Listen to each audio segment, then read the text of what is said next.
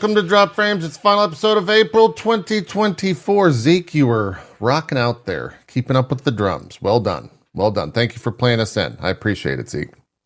You're welcome. What does that mean, to play us in? Do you mean to start the show? Yeah, sure. Sorry, it's from the Bill O'Reilly, like, we'll do it live. Oh, that's okay. Also, your mic's muted. Unless it's it's not muted. Oh, there we go. There we're good. Oh, we're good. Okay, good. Okay. I didn't realize I've never heard the full O'Reilly bit. I only remember the let's do it live gold thing where he's he's on his show before. This is all before he was huge on O'Reilly Factor and stuff like that. He's just sitting there and he's like, what does that mean to play us out? You mean to end the show? And he's just like, fuck it, we'll do it live. That makes sense. That makes sense. It was so good. Yeah, I'll have to let's not say how old that is. How are you guys doing? How's that is an old ass. Yeah, it's an old ass meme. How's everything going? What are you guys up to? Not much?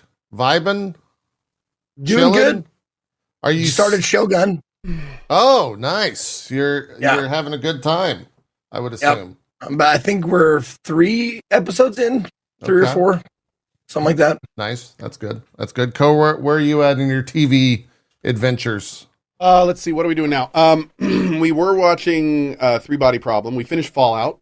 Love that. We're watching 3 Body Problem. We started. I had somebody suggest to me Reindeer Baby, and we watched the first episode of that, and that was. I've seen that on Netflix. Really, what is that? Yeah. What is Reindeer? It's basically about this failing stand-up comic that gets a stalker. Okay.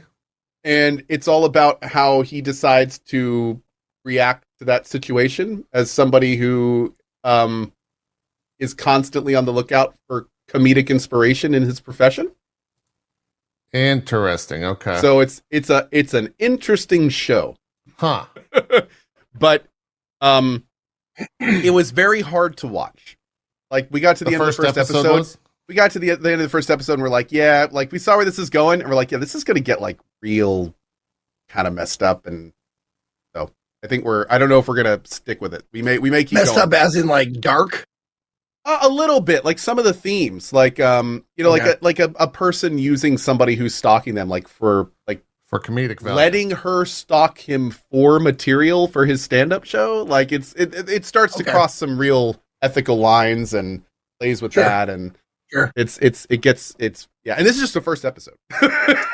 Apparently it gets like dark. So yeah. Well, you sold me. Interesting. I know what I'm watching after it's called Reindeer Baby. It's my chat is saying apparently the main character is the real person that it happened to, and that the stalker and that the stalker is actually suing him for defamation because of the show.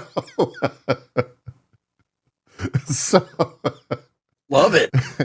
Yeah, that's okay. Weird. I didn't know any of that. It gets better, I guess. So the show is about a guy who used a stalker for comedy value. That turned out to be true. The show is actually what the show was about. And now they're getting sued. You know, that's the ultimate farming it for content, really, at the end of the day. When you farm yourself. Yeah. Yeah. Well, then you make a Netflix show about it, and it's a one-sided show, and the other person does it. Wow. Yeah. Okay, that's wild. All right. Wow. And you said that's on Netflix, right? I believe so. Okay. Some one of them. I don't even. They all just kind of blend together for me. Sure. You know, yeah. I don't even. Yeah. It's kind of a nightmare. Zeke, Shogun's done, so I assume that's why the watch started. But now I am sad because there's no more Shogun. So. Yeah, I still got X-Men 97. That's been my other watch every single week, which is phenomenal. If you, I would say it's like probably the best Marvel to come out in a very long time. If you're looking for something Marvel related, go watch it because it's very good. The writing in it is like actually better than most of the films. A lot of the films get trumped by the writing in X-Men 97. And they don't like like the thing I was surprised about with X-Men 97 is they do not like protect your feelings or anything. Like no, fuck your feelings. They don't give a shit about like it's a little more adult than the previous comic was or previous series was. Yeah, and probably for good reason because the people who liked it are now adults now. You know? Probably, yeah. It's very good. Anyways, that's our TV minute at the top of the show, which is becoming a reoccurring trend for some reason. We always do slice of life at the top of the You're show. right. That's always it's Slice of life. 380 episodes or however long we've been going. We're close to 400. Yeah. I know that. We'll hit 400 this year, as long as we keep doing shows. Too many. So it's a lot. It's also wild to think that we're hitting 400 and there's actual podcasts that have like 1,000+ episodes. That seems crazy. Well, it makes more sense when you think like this is not our only job. This is our side gig, you know? I guess, yeah. Like when a lot of podcasts, like that's their main gig. Their you know, thing. that's their main money maker. Yeah. Sure. It makes sense. Let's talk game news. It was kind of a fun week, but also a sad week, depending on, I guess, which side of the fandom you fall on. Games you're playing as well. Yeah. There are games as well that have come out. It probably last for a little while. Where to begin? I guess within our communities, probably the biggest thing was this Escape from Tarkov shenanigans that kicked off this past week. Man, I mean, I said it last week. I'm going to say it every time it's relevant, but like, it's just like, fuck you. I piss in your face. Yep. Dude, That's exactly. I don't think I have ever in all of Drop Frames had a situation that applies more to what you just said than what is going on in the Tarkov community right now. It is actually like every so often when somebody lies or somebody is just stoically sticking to an untruth, they do it so much that you just get this little bit impressed. And that's what's going on with Tarkov right now. Like they are sticking to their guns so much where it's so bad it's almost a little impressive. Yeah. It's wild. It truly is wild. Yeah. I'll pull up the purchase page and show people here as we introduce kind of the story. So Tarkov, Escape from Tarkov, I guess a little bit before the story, they had a edition called, what was the $100 edition? Edge of Darkness edition. Edge of Darkness. Which I owned. Yeah, I think we both owned. It was the $100 edition, which was already a little bit steep. But with it, you were promised all future DLC. So you know, you were like, okay, you know, we'll get $250, but you know what? All future DLC, all future content. Yeah, $100. Yeah, we'll get all of it. It's fine. Well, you know, they're trying to correct you to 150. Like they're blowing up. It was 150. I thought it was 100. Okay, well, whatever. I thought EOD was 250. No. That's the new one. That's the new one. The unheard of edition is 250. EOD was 150. I thought it was 100. Okay. Anyways, EOD was 150. Thank you. Okay, got it. Cool. Yeah. And the big thing there, the big thing, regardless of the price, is the idea that, like I just said, all future DLC was promised as part of the season pass. So this past week, they announced a lot of stuff. They announced a lot of stuff. And first and foremost, whoever named this, don't name anything ever again. Like it's bad. I don't know how. It's the Unheard of edition is the name of the $250 pack here, which you can buy, which not only gives you a bunch of different, and this might have been edited because this is the live page, so maybe some of this has changed since it actually went live, but initially it was a little bit of pay to win stuff. You got some like one or two additional inventory slots on like your quick slots.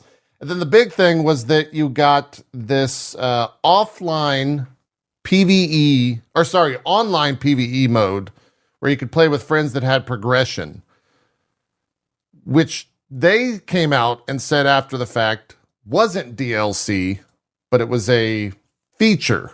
And they doubled down on that multiple times, that it's not DLC. I need to find here's the actual what's interesting. thing, because it's really insane how they worded it.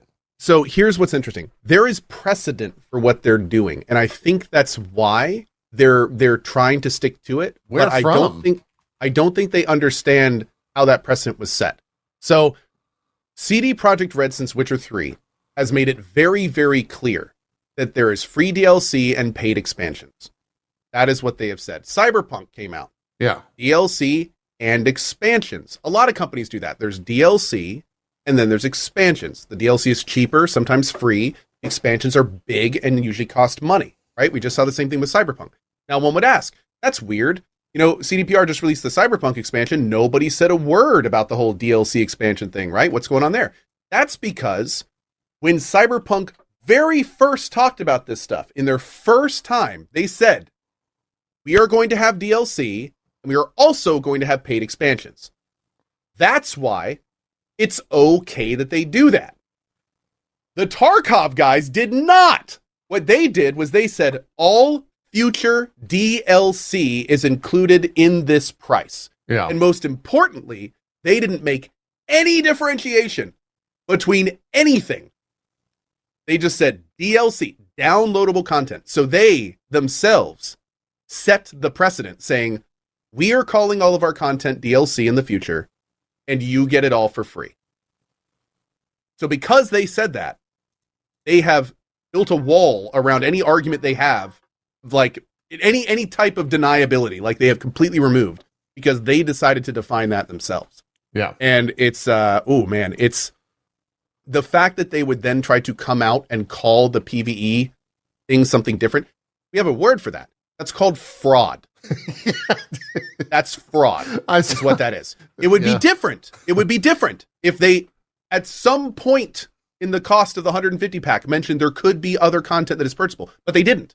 So people bought the 150 with the definition of DLC being all future content, and that it was free. So it's like anything why don't you they guys do at this come point. on down to Zeke's Paints? All red paint is 75% off. That's crimson. That doesn't count. That's crimson. That is not red paint. Okay. That's cherry. That's crimson. That's burgundy. That's light red, not red. Light red. Yeah. That's Light slightly darker red. Exactly.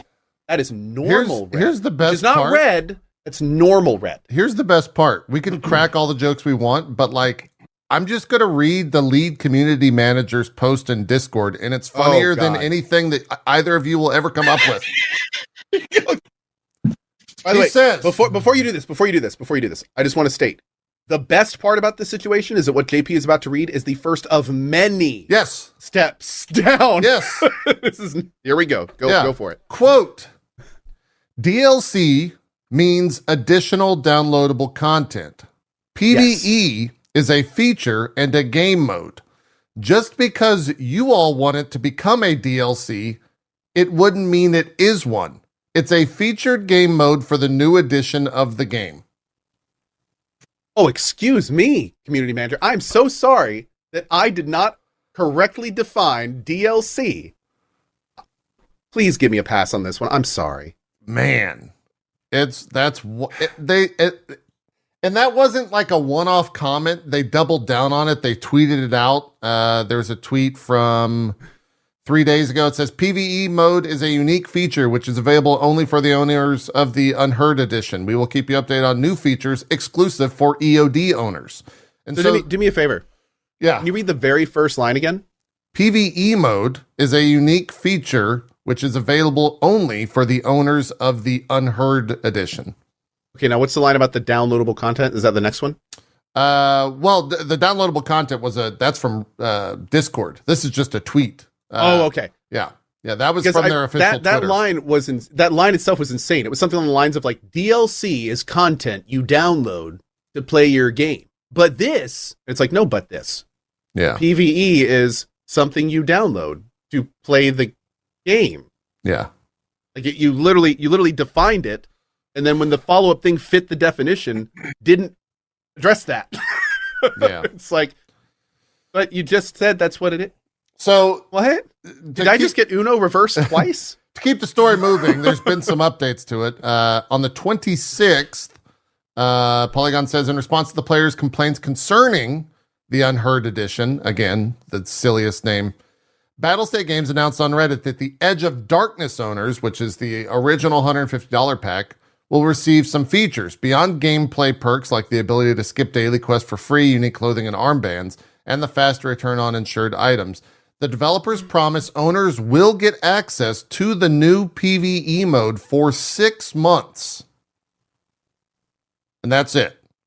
Along with high priority matching for this same length of time.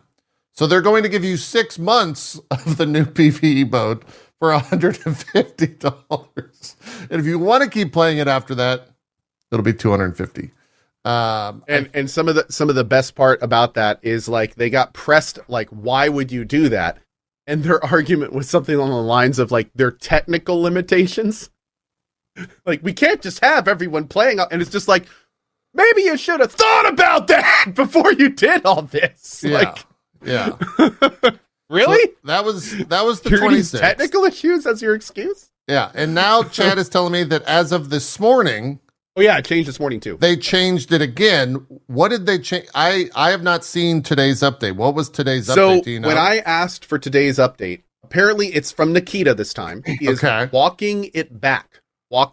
I don't know what he's walking back, but apparently it's but it sounded like maybe they were kind of trying to do a hard reset after realizing there was no way out of where they were going. Okay, this is 8 hours ago. I could just read it.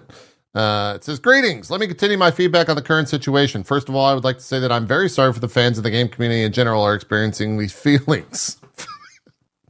Yeah, sorry guys that you feel that way. You know, part of me hopes that that's just like a lost in translation thing. But no, I love apologies that apologize for the other person. That is great. Yeah, like that. Man. Whew, okay, I gotta get through this. Unfortunately, I somehow did not foresee the fact of such a reaction, and now I have drawn conclusion for my future decisions. Now I will briefly summarize the main points. Number 1, about PvE access. We decided to just open it for EOD owners for free, but we will do it in waves. As I said before, we don't have the server capacity right now. We will start this process as soon as possible. Number 2, we also decided that we will add mod support for the PvE mode after release of the game. Number 3, about the Unheard Edition. We will not remove it. We want to keep the option for those who want to support the game more. But we will balance items, perks in this edition, as well as we will provide some rewards for those who upgraded with the old price. Number 4, new EOD perks will be balanced too. We will remove prioritized matching option to keep everyone in the same spot. And we will add more unique stuff to highlight the EOD version in general. We will provide the final list of new EOD perks ASAP. Number 5, we continue to work on patches, new content, events, and the game releases itself no matter what. Thank you for your time, love and hate, and thank you for your increased attention to this current situation. Is he like missing the point entirely? One quick thing, just to be clear, there's no apology in here anywhere. Yeah. This is very much we're doing this because you forced us to, not because we want to. Yeah, the closest thing he gets to is, first of all, I would like to say that I'm very sorry that fans in the game community in general are experiencing these feelings. We call that a non-apology. that is not. No, that's the closest he gets. No, you can't say you're sorry that someone else feels the way they do. What was the Hasbro comment? There was like a Hasbro. I'm sorry you jumped out in front of my car. I will say, though, I was driving 50 in a 25. It is super important to mention this is a very nuanced thing we're talking about, and I don't think Nikita's first language is English. Yeah. That's why I was saying maybe it was lost in translation. I do think there's a very good chance that just may be the issue here. Maybe so. Meanwhile, over on Helldivers, be sure to, this is up from their Twitter, be sure to check out the deals in the acquisition center today. With prices so low, they're practically unheard of. Yeah.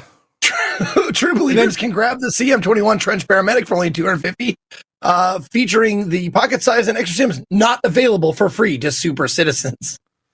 Yeah. Everyone was memeing on it. And then, yeah, even Rust was responding to their tweets. Like, yeah. What a mess, man. It's just an absolute mess. Just an absolute shit show. And the community, like, I've seen like the DayZ Twitter. No. Oh, even DayZ, man, that's. Oh, DayZ needs to not do that, dude. what does DayZ say? Oh man. Well, I don't even know what they said. What did they say? They said, for no reason at all, I would like to remind you that if you buy or own DayZ. So they're just saying. Okay, so it says, for no reason at all, I would just like to remind you that if you buy or own DayZ base game, you will get the DayZ Livonia DLC for free with update 1.25. To clarify, the Livonia DLC will no longer be sold separately once update 1.25 is released on stable branches, existing DayZ base owners, blah, blah, blah, blah. Furthermore, we'll be adding a new addition to our merch store. Just use code PAY2WIN with a 4 as the A to get the DayZ starter loot bundle for only $250. Is what they tweet. It's not even like a good one. It says, update, the $250 DayZ starter loot bundle is now sold out. Thank you. Limited stock because we can't give it to everyone. It's too expensive and technically hard. The true believers will get to enjoy the bundle for 6 months. Yo, so just I'm gonna read this directly from chat. This is from a chat member, but I didn't know about this. There's also a ton more involved in the story with BSG. Please don't get it all confused. They made some really horrible statements that were aimed at the community, which has enraged them even further. Those parts are vital to the whole thing. Nikita specifically stated when tripling down in an interview with the Tarkov emissaries, quote, "We will see who the true believers are." Yeah, that's where that came from. Yeah. Oh, Lord. That's where that meme came from. That's the actual quote. Yeah, I didn't realize that. Yeah. Damn, man. No, it's from Eat. It's a shit show. It's a shit show. Don't play Tarkov. Stop. just don't play Tarkov. It's not at a good spot. Yeah, that's wild, dude. That's wild. Yeah. And the fact, what's even crazier is to think that's how they view their community. Yeah. That's wild. Well, I mean,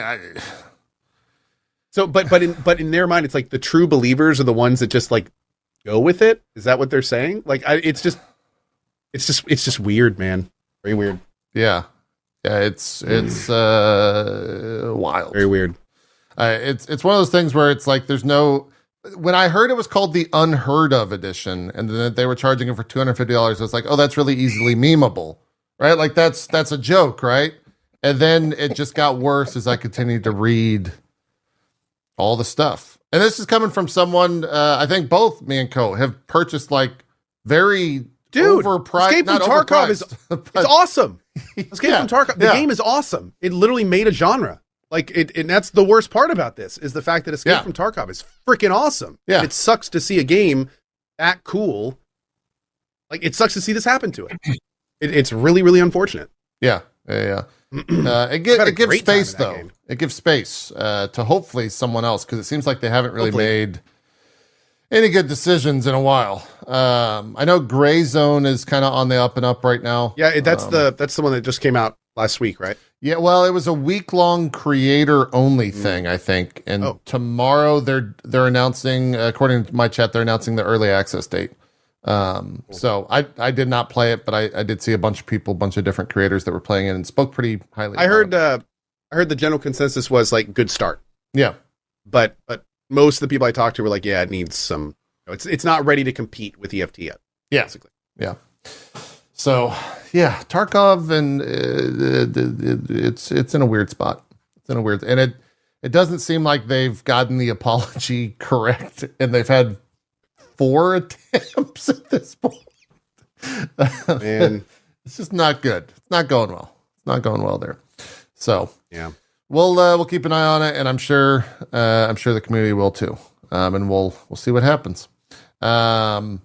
Until then, don't buy a $250 edition that has like a lot of like straight up pay to win stuff, as well as things that people are quoting as fraud, which I've heard multiple. I think I saw Anne's tweet which was just a link to fraud to like report on the government. From Anne? It says I have it right here. Here, let me. I'll send it to you. It's Okay. Right here. Oh. Yeah. It's a very simple Twitter post. Yeah. Let's see. And it's a very straightforward, and it has a link to fraud.gov. Yeah, report fraud.ftc.gov. It's very Anne, but Anne is like a diehard Tarkov fan, and even she is like, a diehard Tarkov fan, and she's also a really nice person. So you know when like that stuff is happening. That's it's the report link too. Damn. Yeah, no, that's what it was. It's not even like the definition link. It's like the get them in trouble link. Woo. Yeah. Damn. What was it? I don't know if it was. I think it was Pirate Software was commenting on it as well. And I think one of the things that he mentioned in a very good point, where he's like, EU is going to rip them to shreds. Oh, they're based out of technically they're based out of UK, which isn't in the EU anymore, but there's so much periphery there that they're going to be pissed if they try to push that further. So we'll it's a wild thing. It's a wild. Oh, Tarquini, wait, are they? What do you mean? No, they are not. They are based in Russia. I know they're Russian, but he said that their headquarters was in UK for who knows what legal reasons. But yeah, I didn't know they were in UK either. But he said that Thor said that they. Like, they're probably incorporated like the company is in the UK. The company is based in UK. Okay, cool. That makes sense. What else? Not really too much to say on this, although it was very interesting watching. I'll introduce the story and then say what was interesting. Garry Newman, the creator of Garry's Mod, put out a tweet that he is removing all Nintendo-related content from their workshop due to a takedown from Nintendo. And so when this initially started, there was reports right after that came out that it was like a fake report, that there's someone is going around within that community and is making like fake reports. He put out another tweet, which looks to be a little bit later in the day, and said, quote, "I've been assured that the takedowns have been verified by Nintendo as legit. So this will continue as planned." And that's kind of all there is for the story at the moment. Classic Nintendo stuff. My favorite aspect of this entire thing is people responding to Garry Newman and saying, "No, that is not real." And telling him that did not act. These aren't real takedowns, Garry. What do you mean, Garry? Just the internet be like, "Nah, dude, you're lying. This is a lie. Like, why would you just lie?" So that was a fun one. But also like Nintendo, what the fuck? I wonder what triggered it now, because they've been using like Nintendo stuff has been in Garry's Mod for years. I saw one article that was actually saying, and this might be a hard thing to describe to the two of you. I don't know if you're aware of what Skibidi Toilet is. Are you aware? Sir, I have kids. Okay. Kidding me? Okay. My son knows every lyric by heart to that. Good. A lot of people are saying that got so big that Nintendo finally caught wind of what was happening and saw the like amount of views and money that generated, and we're like, all right, fuck it, we're taking it down. And then it all spawned, and that it all came from Garry's Mod. Skibidi might be kind of big, but I mean, Pow World. And I feel like that would have been a lot. Yeah, I don't know. Yeah, I don't know if that's. I feel like Disney's kind of happy doing their own thing. They went kind of copyright heavy in the last couple decades, but I mean, have they been doing that a lot recently? You mean Nintendo? You mean? Yeah. I mean, they've definitely. I mean, they used to do it. Down. They used to be scared of them, kind of thing. But I feel like it's gotten a lot less. I think they've done a lot of stuff with. Try singing a Disney song now. Okay. Yeah, they've been doing a lot of stuff with. Like not within our world, but in the emulation world. And all that stuff. That's a good point. Yeah, they have kind of shifted focus there a little bit. What's a Skibidi Toilet? Don't worry about it. Yeah, don't worry about it. I think Zeke's watching it right now, so you can kind of watch the mind of a man slowly devolving into Yeah. It's a thing. Welcome to the Skibidi Toilet cinematic universe. Oh, it's a whole thing, man. It's a whole thing. You got to start from episode 1 because the lore goes real hard. I think the proper order, the chronological order is movie 1, 4, 6, 2, 13, 3, 11, 4, 10, 15, 7. So if you're wanting to get the whole story, that's the best way to do it. And then you have to watch the 3 different series. Then there's the main series, of course. Yeah. And then you have to get the 3 handheld games and play through those because there's some lore in those. They're all handhelds. That's correct. So yeah. I think there's like 100 parts to that now. So a lot of lore. A lot of boomers right now in chat are freaking out over what's happening. I think Zeke's in though. He understands it. He gets it. Yep, he's in. So there's 100 parts, but they're like little tiny, little snips. Yeah, little snips. Yeah. Okay. What's funny is there's actually a story and there's actually lore. Yeah. Like we're making jokes of it, but no, it's completely real. Oh, I was dead serious. Yeah. Oh yeah. There's a lot of 100% a thing. A lot of lore. And it's just like G-Man. It's Half-Life. That's the best part. I love that it's Half-Life. Like this ancient. It's the G-Man. But yeah. But still, it's so great. I love that every time I see it, it's nostalgic a little bit. Yeah. You know, those old models. And the reason why it's so big, what's the total views on the episode you're watching, Zeke? I'm watching like the long play, like the whole thing back to back, I think. Okay. Yeah. How long is it? Hour and 26, almost an hour and 27. About a movie. Kind of wild if you think how big Skibidi Toilet is and to think like that's how much actual content there is. Not much at all, really. Yeah. It's big. How can there be lore behind this? Well, because it just keeps going. It just builds on itself. It just keeps building on itself. Little things will happen, Easter eggs here and there. Like it just keeps going. Yeah. The toilets continue to get more and more allies. They start making like sides. There starts becoming like special units on each side. There starts getting to be like gigantic ones and teams and raids and whole 9 yards, man. It just keeps going. Oh, I see what's okay. I see what's going on now. Now there's an army of toilet heads versus an army of, I want to say, video camera heads. Mm-hmm. Yeah, cameramen. That's one I'm watching right now. Yeah, I don't want to spoil it. They got to be careful. Yeah, let's not spoil it for all the people that are about to spend an afternoon watching Skibidi Toilet. I guarantee you, and the 10,000 plus people that are listening to our voice right now, one of them is going to watch the entirety of the Skibidi Toilet. Oh, absolutely. So we don't want to spoil it for that one person. Yeah. Now it's just like 2 or 4 bars of a song over and over again, just with different like slow speed up, slowed down. You're saying that the whole thing?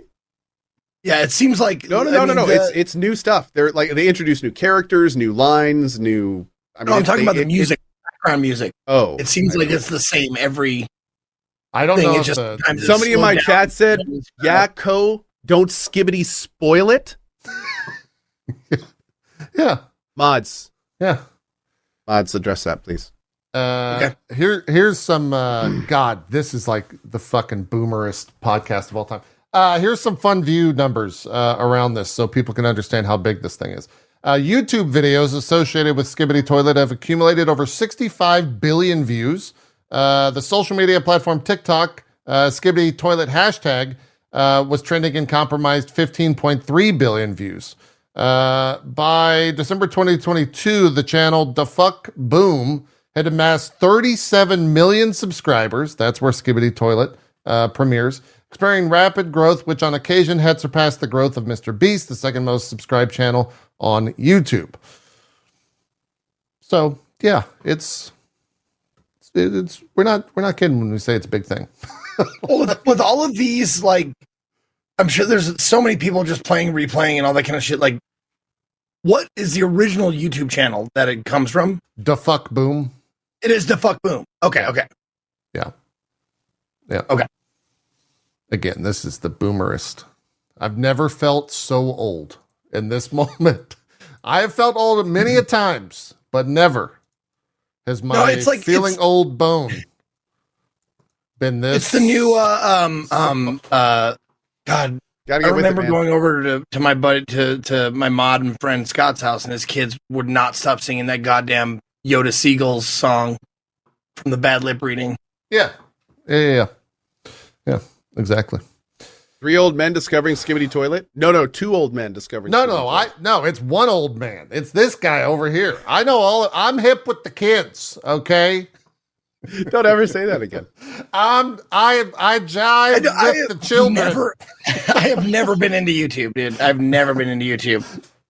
I mean, I'd rather pay a service for people who actually, write and put thought into like storytelling and like that kind of shit. Like that's why I never got into YouTube.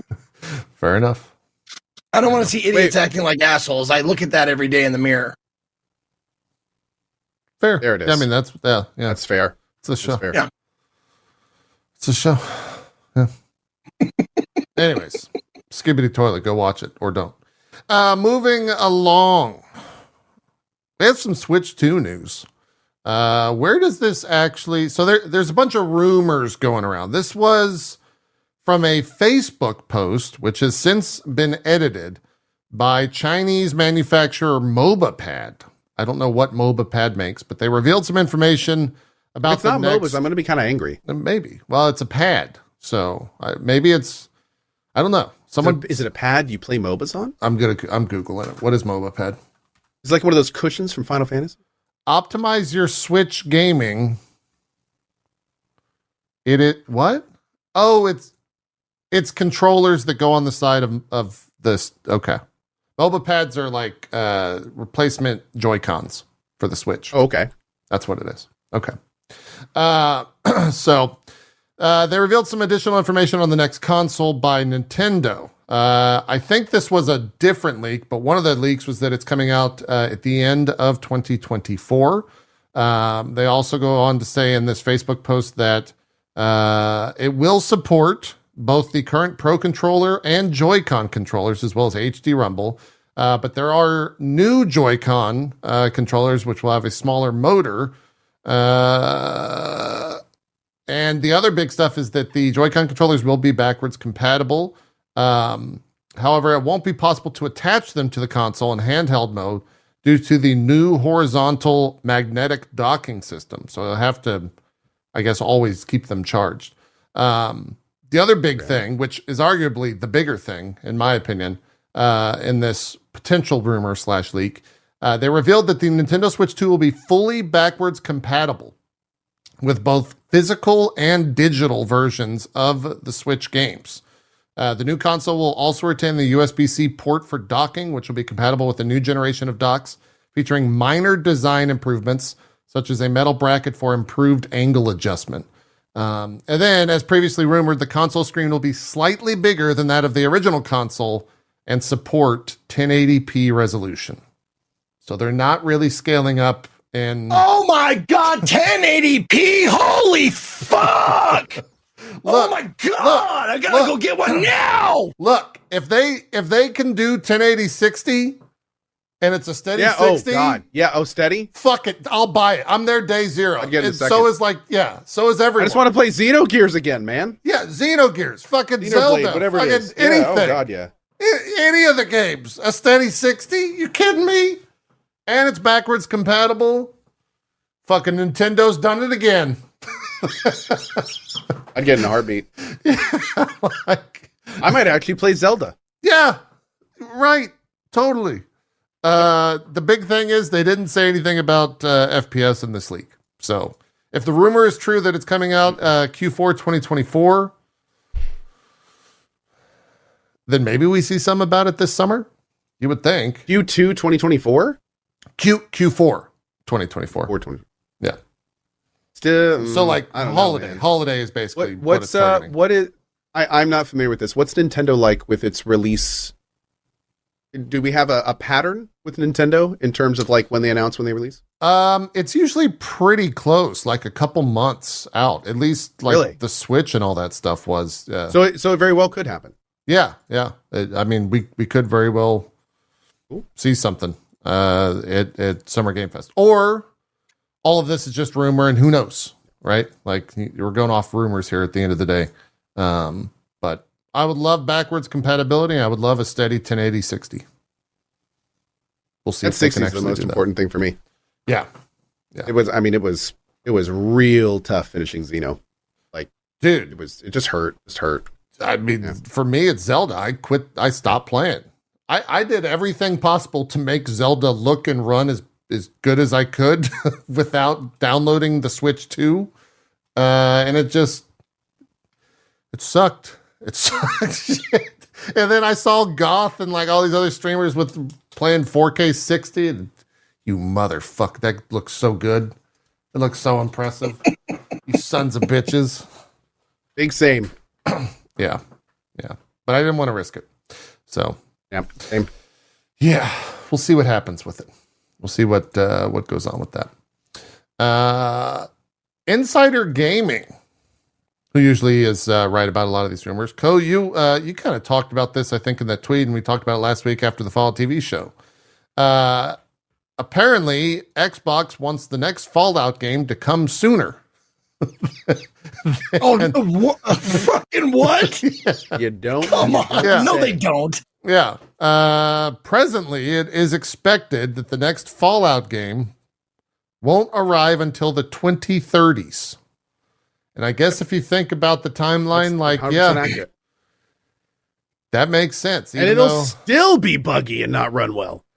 Even though that, that just seems like sci-fi for me to say, like, oh yeah, it'll be out in the 2030s. No, that's 6 years from now. That tracks. They just put out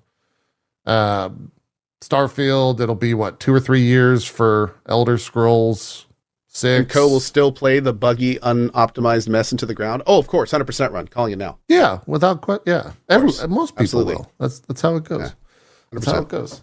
I do wonder though if they are planning to speed it up. There's no way that they could get that game announced before season 2, right? Of Fallout. That would be like a season 3. They could announce whatever they want. Yeah. That's true. Here's the thing though. Bethesda would have to change how it operates as a company. True. I mean, that would be. They have pipelines. They have mechanisms. They have departments that function certain ways. Like turning they can't delay ES6. That would cause riots. And it's not like they're gonna. If they were to announce we're gonna delay ES6 for a Fallout game, their fan base would riot. Their fan base is still chafed about ESO. Well, the ones that don't like multiplayer. So the last thing they're gonna want is something like that. So I don't see them changing anything, to be honest. I think what they're going to do is I think they're going to push the hell out of 76, and I think they're going to do everything they can to connect the show with 76, which you're already doing with the promotions and the backpacks and stuff like that. I think that's what they're going to do. I don't think they're going to try to reinvent their entire product pipeline wheel for this. Yeah. If they were, maybe Fallout Shelter 2. Wait. No, I'm serious. Like something like mobile, something that's easier to push out. Sure. Yeah. Maybe Bethesda wouldn't make it. I mean, what if Obsidian's already working on something? Don't you do that to me. Don't you do that to me, Cole. Don't you do that. Could be. New Vegas 2. Ghost. No, but that would, from a Microsoft perspective, that seems like it would be a win. I mean, then you have Bethesda working on its flagship titles and not having to do anything. ES6 will still be a huge promo. You get another studio working on a Fallout thing. That way you get to go on the Fallout IP. Make it Obsidian. Everyone loves New Vegas. So, I mean, it's like, that could be a win and keep everything going as normal. Now, the only issue there is Obsidian is currently completely overloaded.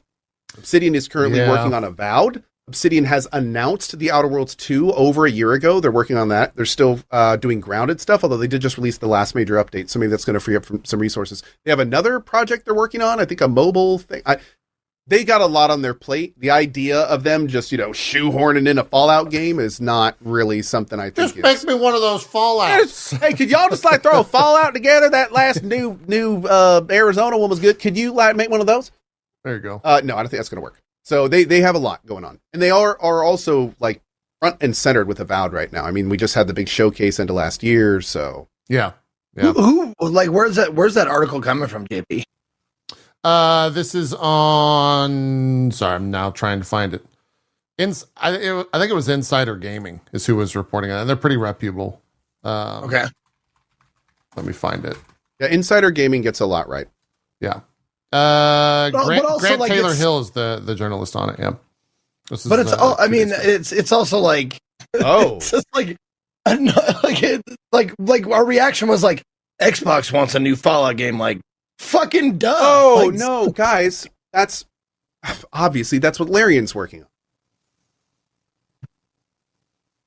Do you know how that would actually cause the internet would explode? Like an actual explosion would happen if fucking Sven and Phil, when they met to get that Xbox thing done, to get Baldur's Gate 3 out on the Xbox, they also said, why don't you make a new Fallout? That would be fucking crazy. Yeah, but also, like, there's no fucking way it's coming out in, like, 5 years. Like, let alone 3 or next year. Yeah, sure. If Larian actually made a Fallout game, I would get the Vault Boy tattooed on my neck. Okay, where are we talking? Let's, we gotta... Right there. Right there. Right here? Like right there. Are we saying, like, visible outside of the collar? Okay. Absolutely. Okay. Above collar. Above Why don't you get... How about... Why don't you get, the Vault Boy, like, coming out of your ear canal, like... You know what, Zeke? If it happens, I'll consult with you. We'll talk then. Zeke, just go ahead and jot these ideas down and keep them to yourself. Okay. And I'll. Well, ping the last few ideas you didn't comment on, Co. So I'm getting the feeling that you're not actually reading them. Oh, are you reading them? I those emails were great. I remember them fondly. But I mean, you didn't say anything about Potato Co. Because I thought that would be a great, like, you dress up like a potato. I thought that was a good idea. I think. I think you were drunk. There was a lot of misspellings in that email, Zeke. Doesn't make it a bad idea. We'll circle back to it. We'll circle back. Okay. Yeah. It's also just this is a quick. We're tabling this for now. We'll give some note. One note on the idea though. I can't physically become a potato like you suggested. I am a person. That wouldn't work. And then the idea of don't you have access to things that idea about deep frying and eating myself on stream also would probably not. Well, I wouldn't. I wasn't suggesting you eat anything vital, like a finger, like French fry finger. You know what? I'll workshop it. I'll get it back to you. Okay. I still think it's a great idea. Excellent. But also look at my other ideas too, please. I will. Okay. I blacked out. What just happened? Just another one of me and Zeke's weekly catch-up meetings. Okay. All right. Sorry. I'm back. He's missed the last 10. I'm back. Yeah. Whew. Speaking of Fallout, that next gen update rolled out. Man. You know what the funny part was? I never planned on playing it. I never did. The second I heard it, I was like, a big new Fallout 4 update. But this is gonna this right up, man. They're just gonna something horrible is gonna happen. There's no way this is gonna go smoothly. And first thing I read about it, it just fucked everything up. Total cluster, dude. Oh my god. So I didn't play it. I'm going off of just second and third hand commentary around it. Apparently, ultra widescreen was supposed to be patched, but it's just a stretched image. It's not even ultra wide. They just stretched the One image. of the largest total conversion mods in history came out like Fallout a week ago, and they broke it. Yeah, Fallout London's indefinitely delayed, so they had to wait on that. The Steam Deck verification is apparently all it did was remove the ability to change the graphics settings and forced a bug for OLED users. Made it worse. It made it worse. Broke all the mods, by the way. Every mod is broken. A lot of them, yeah. Yeah. And so it's just, thanks for watching our show. Welcome to the Fallout fandom. And then they're just pointing to like a thing on fire. And everyone in the fandom's like, well, no, that's pretty good. They fucked it up. That's how we all got here. Very apocalyptic. I like this. Yeah. Everything burning, falling apart, not working properly. Everything's just dying. You're dead. Yep. Yeah. It's such a great LARPing. It's an abusive relationship. Like, yeah, they fucked it all up, but that's what we love about them, right? Right. They're so lovably terrible at what they do. It's crazy. Yeah. Crazy. On brand. Truer words couldn't have been spoken. On brand. That is very on brand. Yeah. Apparently, on the Xbox only version, the performance mode does work and puts it to 60 FPS on, I think, the Series X, but you can't disable performance mode. And when you actually do disable it, nothing happens. It stays 60 FPS and the resolution stays the same. So just fucking these buttons are just painted on. What the shit? Okay. And yeah, now I'm getting reports that wasn't true. Bethesda clarified. Okay. It's all a mess. Oh, they did. I saw the tweet. Fake doors. I didn't hear about the original thing, but I did see Bethesda's response tweet where it's actually up if you wanted to pull that up. Oh, okay. The official, yeah. They got like an official response together and everything. Let's see. Do they apologize for our feelings? Yeah. You can't pause without crashing to desktop. This shit is terrible. So you can't save on Windows 11. Somebody just said in chat. Jesus. Are you talking about where it says quick note on the Fallout 4 next gen update on Xbox Series Z? It actually targets 4K 60 FPS in all modes. Performance mode is more aggressive in lowering settings to maintain this target. Gotcha. Hope this clears up any confusion. Keep the feedback coming, and thanks for playing. Yeah. They tried to save a little bit there, but yeah. Just a mess. But if anything, that like we were jokingly saying, it's kind of a good welcome to the fandom. And it's what everyone's been kind of dealing with for a while now. Evan says that was on 11 home version. Lobster Roll says you can save on 11, so it looks like some people are okay with it. God, it's just all over the place. Just all over the place. Fuck Windows 11. Yeah, no, I'm not. You're not on 11, are you, Co? Are you on Windows 11? My new computer is. Yes. Oh, your gaming PC? Mm-hmm. Yeah. Okay. Streaming PC is on 10. On 10. I'm not updating it. Yeah. So far, 11's been it's been okay. It hasn't blocked me yet at anything, but it's certainly. I really don't like they seem to have stepped back in a lot of ways, especially with the multi-monitor and the bar. I had to download like third-party apps to let me move my bar to the other monitor and stuff. Just a lot of steps backwards. Way oversimplified. No, 11 is fine. It's why they broke like 10 works great. 10 is great. They didn't need 11. And also like people who are saying 11 is fine. Like I'm guessing not a lot of you like put your shit through the paces that streamers do. I'm not saying like we're, end all be all, but I'm just saying like, there's features that 10 has that 11 fucks up.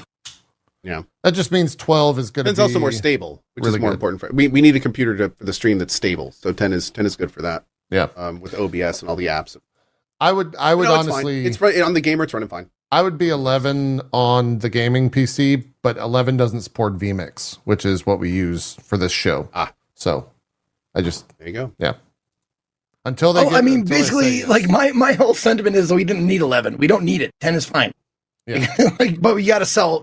I get Microsoft needs to sell shit. If it were up to me, I'd still be using XP.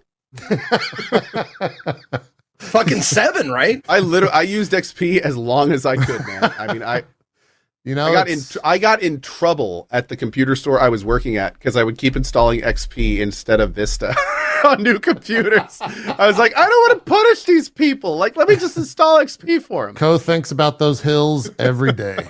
Those rolling hills. He just can't get enough. Oh man. Oh yeah. No, I love January CD-ROMathon. People coming in and goes, I miss that sound. Oh yeah. I miss that sound. It's iconic. It's iconic. It's good. It's good. What else do we got? No BlizzCon will be happening in 2024. Blizzard hopes to bring it back again in the future, but like, yeah, I'm sure Xbox was like, hey, you guys going to do one of those? And Blizzard was like, well, it cost this much money. And then by the time they actually saw the money, it was already canceled. They didn't have any say. That or Microsoft was like, oh, that's how much it costs? Nope, not doing one of those. We're not doing one of those. Maybe ever. Yeah. Okay. Yeah. Let's see. There was a blog post. They said, quote, after careful consideration over the last year, we at Blizzard have made the decision not to hold BlizzCon in 2024. The decision was not made lightly, as BlizzCon remains a very special event for all of us, and we know many of you look forward to it. While we're approaching this year differently, as we have explored different event formats in the past, rest assured that we are just as excited as ever to bring BlizzCon back in future years. So, they skipped 2020, 2021, and 2022. A lot of that was because COVID, but they also had other stuff happening at the company as well. So, yeah. And then they ended kind of the blog post. Our hope is that these experiences, alongside several live-streamed industry events where we'll keep you up to date with what's happening in our game universes, will capture the essence of what makes the Blizzard community so special. So there you go. Makes a lot of sense, too, in terms, like, the last BlizzCon, they didn't have much to do to show. What would they talk about this time if they were to have one? I don't know. They canceled the survival game, so I think that was supposed to be their next like big Overwatch 2 stuff is not really a thing. Announcement. Right? Yeah, no, Overwatch is Overwatch, right? Diablo 4 is Diablo 4. They've been doing those is that why they canceled fireside chats? They have nothing to talk about? They don't have much right now. The D4 X-Packs got announced. I would suspect that, I mean, I wouldn't be surprised if they delay that now at this point. I wonder if it's the kind of thing where they started BlizzCon, like specifically maybe because they wanted to drop a major announcement. Maybe between then and now something happened and they're just like, nah, we got nothing to talk about now. We're just gonna shut the whole thing down. Yeah. Hope it comes back. BlizzCons, I went to a ton of BlizzCons, and I have very fond memories of all of those, but it's definitely not what it once was. Let me ask you, JP, since you've been to a lot of them. Yeah. Was one of the main highlights of BlizzCon shit they would announce? Yes. The opening ceremony at BlizzCon and being like, I was there when Overwatch was announced and like, it was it was, I guess I could relate it to like, if you've ever been to a sports, any sports event, basketball, football, whatever, it's on that level where the energy is like fucking crazy. And they announce it and people just lose their fucking minds. That Overwatch initial reveal was like pretty crazy. WoW Classic reveal was pretty crazy. You can go watch like the Diablo 4 thing. I think that was in Europe though, so it's not exactly BlizzCon, but they revealed that in BlizzCon. At Europe at some event. And it's always like it's like E3, but it's less industry and more just like fandom. In like a massive area. There's, I don't know how many people can fit into that convention center, but it's huge for sure.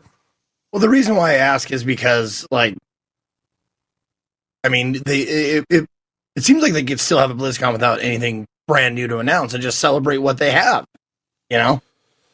Yeah, they don't have much right now. Like, Overwatch is not in a good spot. D4 is kind of struggling. Although it's gotten better since launch in the multiplayer aspect of it. They're definitely making like proper strides. WoW is kind of like on a, I would say, upswing at this point. And And that would probably be the only thing that they could really go and do deep dives in, would be War Within stuff. But yeah, it's also a transitional period, right? For the company. They just got picked up. They got to figure out what Blizzard looks like under that Activision Blizzard, I should say, looks like under the Xbox flag. Completely. Because that's a major shift, right? Which is it's a huge deal for Microsoft to figure out how to navigate that. Yeah. And the departure of Bobby Kotick. Yeah. That kind of stuff. It's, that's a lot going on. Yeah. Yeah. Regardless of how you feel about Kotick, him leaving is still a massive change for the community. We're also going for to the community and the internal. Whatever that's going to bring with it. Yes. That could be a huge shakeup potentially as well. Yep. That is. So it makes sense. I wasn't surprised to see that. I don't think many people were surprised to see that. We'll just have to see what happens. Just kind of pie in the sky here. Can you imagine like Blizzard getting a new CEO and them saying things like, I grew up a fan of the old Blizzard. We're going to bring back when it's done. Like there's a door opening for that possibility here in the near future, which is kind of wild to think about. The fucked up thing is when he goes, it says like I know holy copium. I know. I'm it's just very saying, copium, but it's also like I grew up with the old Blizzard, and then you start to think what that means today, and it's like, wait, so you grew up with all that shit going on? What? Wait a minute. What do you? Can you give us a date range here? Like, what does this mean? You have to be careful with that. I like how Rujin says, people like that aren't really CEO material. Yeah. No, buddy, you're not really wrong. Yeah, you're not really wrong. But I get what you're saying. The idea was good while it lasted, and now we're back in reality.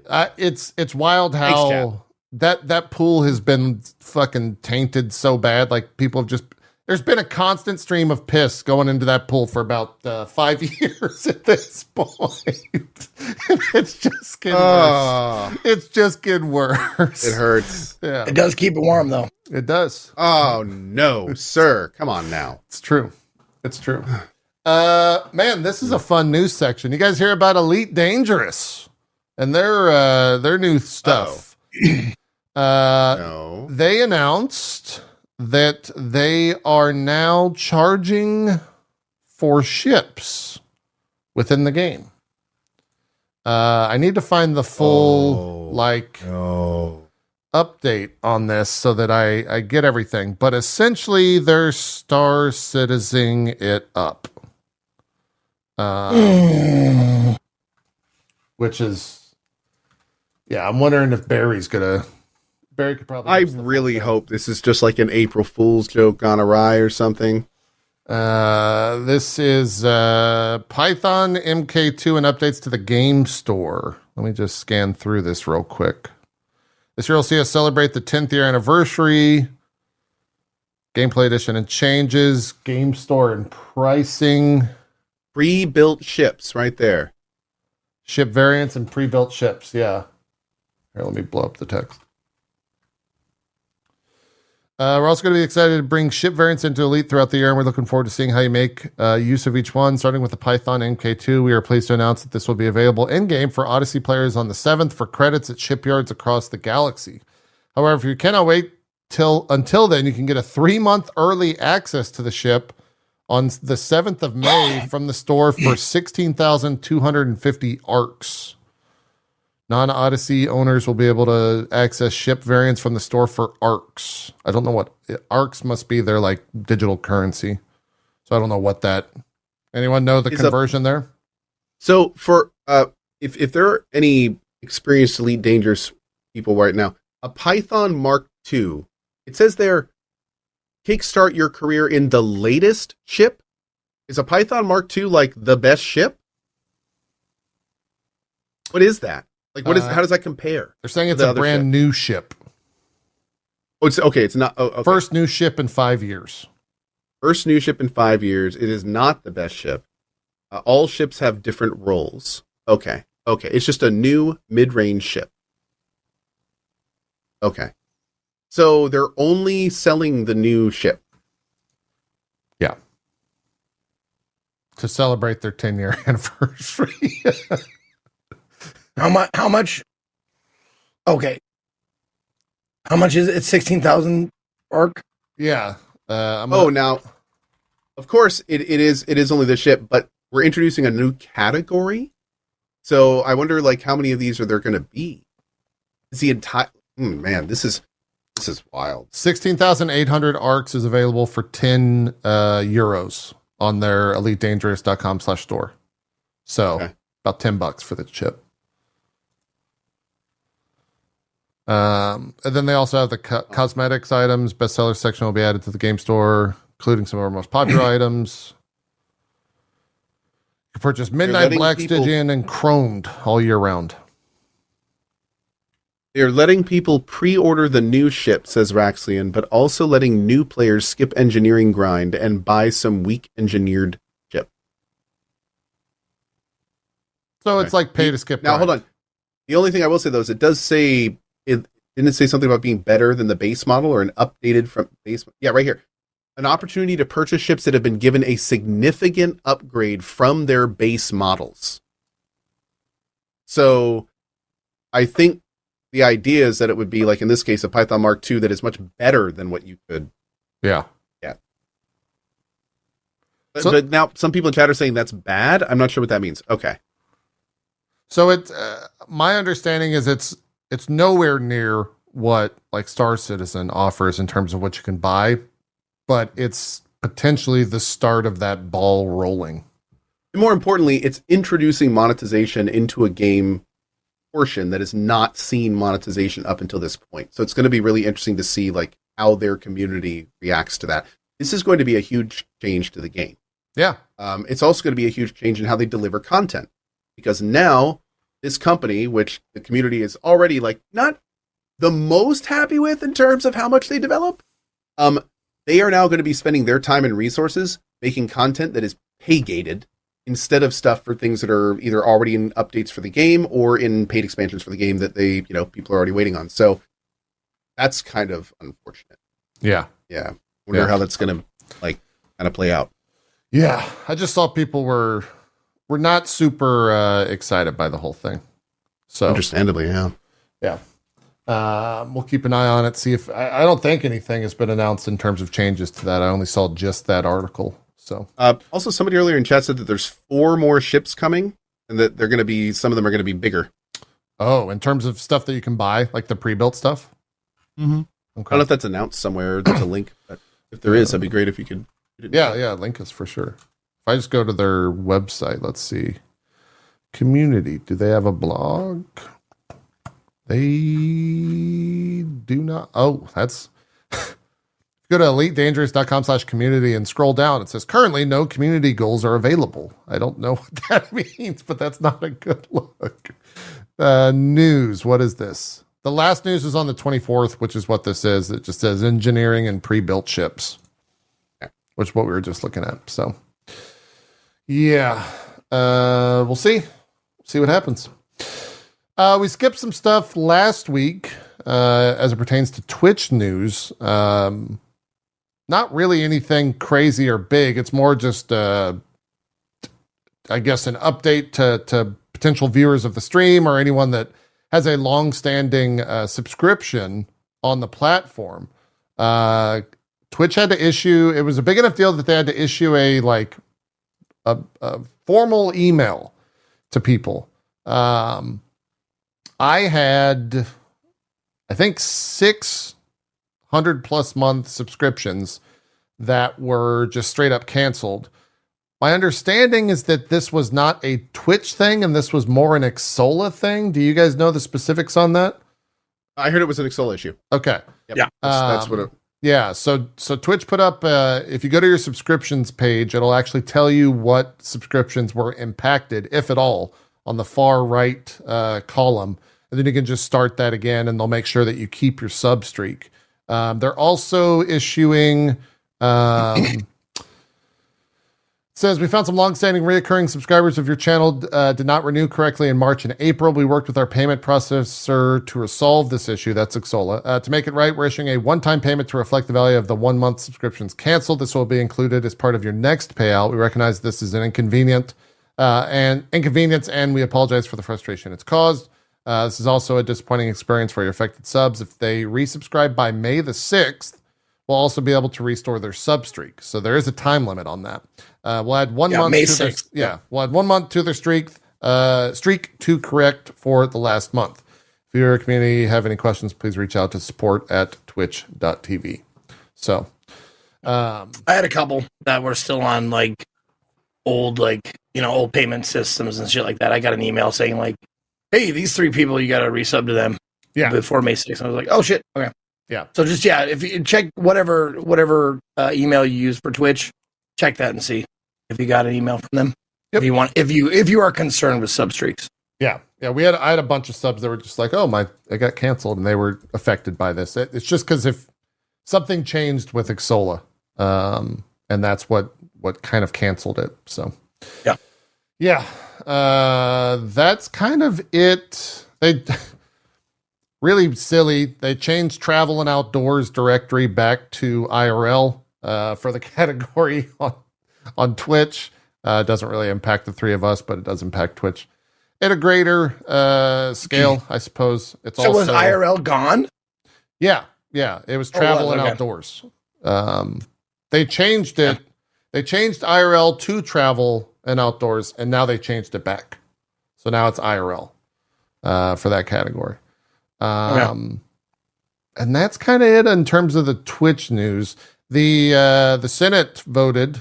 We already kind of talked about this, but just to keep people updated, TikTok will be banned if ByteDance refuses to sell. It's now going to President Biden's desk to sign.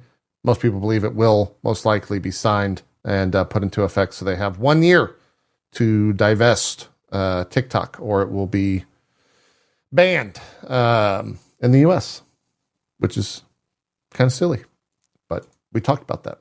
Oh, it was already signed. Okay. I missed that. And then ByteDance apparently also announced that they will not sell. So that'll be a fun thing to follow over the next couple of, I guess 11 months, 9 months, something like that. I think that's it. Chad, anything that we missed news-wise? Metaphor? Yes, what something specifically that I hold dear. Let's hear it. Labia. What? Stellar Blade, the edits. Oh. Jeez. Never I change, looked Zeke. at that and I was like, wow, that is super silly and hilarious. That people are like, yeah. Which part? The fucked up thing is, I didn't know what you were talking about, and then the second that you said Stellar Blade, I know exactly what you're talking about, but it's so stupid that I don't even want to talk about it. I know. That it was worth that one little like, ha, and then we can move on. That's all it was. It was just like an outfit in Stellar Blade got in a recent update. They took the crotch outline 1.0 and they smoothed the crotch outline so you can't like see some things, and that it was just like it's something that was fun to watch, like the reactions to that, and like go down the tweets of like completely unserious people getting mad about it a little bit. It was fucking hilarious, and that's all it was to it, really. My favorite like meme I saw around it. You guys remember? Have you seen the Matrix meme where it's I forget his character's name, but it's like the Morpheus is fighting Neo guy when he like pops his head into the room. So this one was vagina bone discussion is back on the internet or something like that. It was him popping his head in, and it was just like, what the fuck is going on the internet? It's so fucking stupid. It's so dumb. That whole fucking thing. I was just, Oh God, I was just so fucking stupid. Yeah, So I forgot to. It's camel toe. That's they removed the camel toe. That's what they did, and it was just like apparently a thing for enough people that it got to meet a person who's not like doesn't have his finger on the pulse of anything. Yeah. It's the Twitter outrage. You got to farm it. Stellar Blade did come out though. Co's still playing it. I've only spent like 90 minutes, or I'm gonna play some more today. So Co, I played the demo. I was already on board. You're playing it and still playing it. Are you liking it? I am playing it. I played it for the first time yesterday for about 4 hours, and I played it for a couple hours before the show today. And I have a thoughts video up. It is it's great. Game is really solid. Like, I'm having a lot of fun with it. I'm liking the progression. The enemy stuff is really weird. I'm actually digging the story, and kind of it's very overtly influenced by other mediums. But I am definitely interested in seeing what they're going to do with all these puzzle pieces that they're putting on the table here. Because there's a couple directions they could go with it. And I think there's some really, really cool things they can do with it, or some really lame things. So it's like, I'm kind of curious to see where it goes. But no, that being said, I think the best way I can say it with this game is when I saw this game, it was very, very booba, very butta. And the unfortunate reality that we live in is that a lot of times when games angle towards sexualization, there is the undeniable reality that it can affect gameplay. If games are generally really sexy, they kind of they rely on that to propel, and generally may not really flesh out the whole gameplay side of them. Yeah. We see that over and over. Every so often there are, of course, major exceptions to this. Like Nier being a great example. Bayonetta. And Bayonetta being another one. Absolutely. There's lots of great examples. I am very pleased to say that I feel like this is another exact version of that, where very similar to halfway through the Fallout series, I was like, yeah, dude, I'd love this even if it wasn't Fallout. I feel the same way about this game. I could be playing an overweight guy with one eye and a peg leg, and I'd still be having a great time in this game. Like, it's just a great game. So I think that's what's really kind of fun about this. Is it does play idea. Peg leg. I think what's really fun about this is that it has both. It has like an actual fun, engaging, cool game. The story's been kind of interesting so far. And then it also has the just overtly sexual, like to the point where it's just, this is obviously like overcharacterized and just for fun. And that changes the whole feel of the game, but it's still just a really fun game to play. So yeah, been good. I'm really enjoying it. Yeah. How much of I don't know where you're at in the game. So how much of like the combat have you unlocked? Because in the demo, it skipped ahead after the initial boss in the demo. Yeah. I was going to say it skipped ahead, right? So I got to experience a lot of the, not late game, but I would say later game that had a bunch more stuff in it I wasn't expecting in terms of combat. So have you unlocked much of it? I don't think so. I've just killed the first boss, and it was a very fun fight. And I'm getting to the point where I think I'm about to unlock a ranged weapon, but I don't have one. I didn't even know there were ranged weapons in the game. Yeah. I do have like the blocking and the blue and the purple pulses and the dodging and perfect parries. Like the system, it has a lot going on, and there's a lot of different ways you can go with it as well. So all that has been good, and I'm loving that part of the game for sure. The combat system has been very enjoyable. The thing to talk about this game that I think is interesting, and this is a design decision, is they have created this interesting delay / queuing system that puts a feel into this game's combat that I don't get with others. And what I mean there is that the whole game feels like there's about a half-second delay. Like it feels like things are being have the slightest bit of queuing. But what I've found with that is not only is it small enough to not really affect my gameplay, but parry seems to not be on that system. So there'll be this weird thing where you're like mashing through a combo, and then all of a sudden you'll see the enemy start to react. And even though your combo is clearly a little bit delayed, that parry timing is perfect. So I wonder if that was the point. I wonder if they wanted to kind of artificially slow down combat a bit to open up the parry, the block system, that kind of thing. There's a reaction system that's all tied into it. So because their system is so reaction based, I think they tried to tune the system around that, and you can feel that. Now, unfortunately, what that also means is that there is this kind of slight chunkiness to the combat system. There's this slight kind of a slowness to it. Like a thickness, maybe? Yeah, but only if you use 2 C's at the end of it. Okay.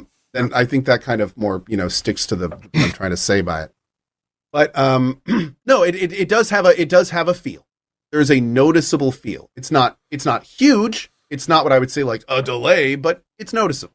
And but it is the kind of thing that once you really start playing with it more and more, not only does it become intuitive, but I am as somebody who doesn't nail quite as many parries as I usually do in this game.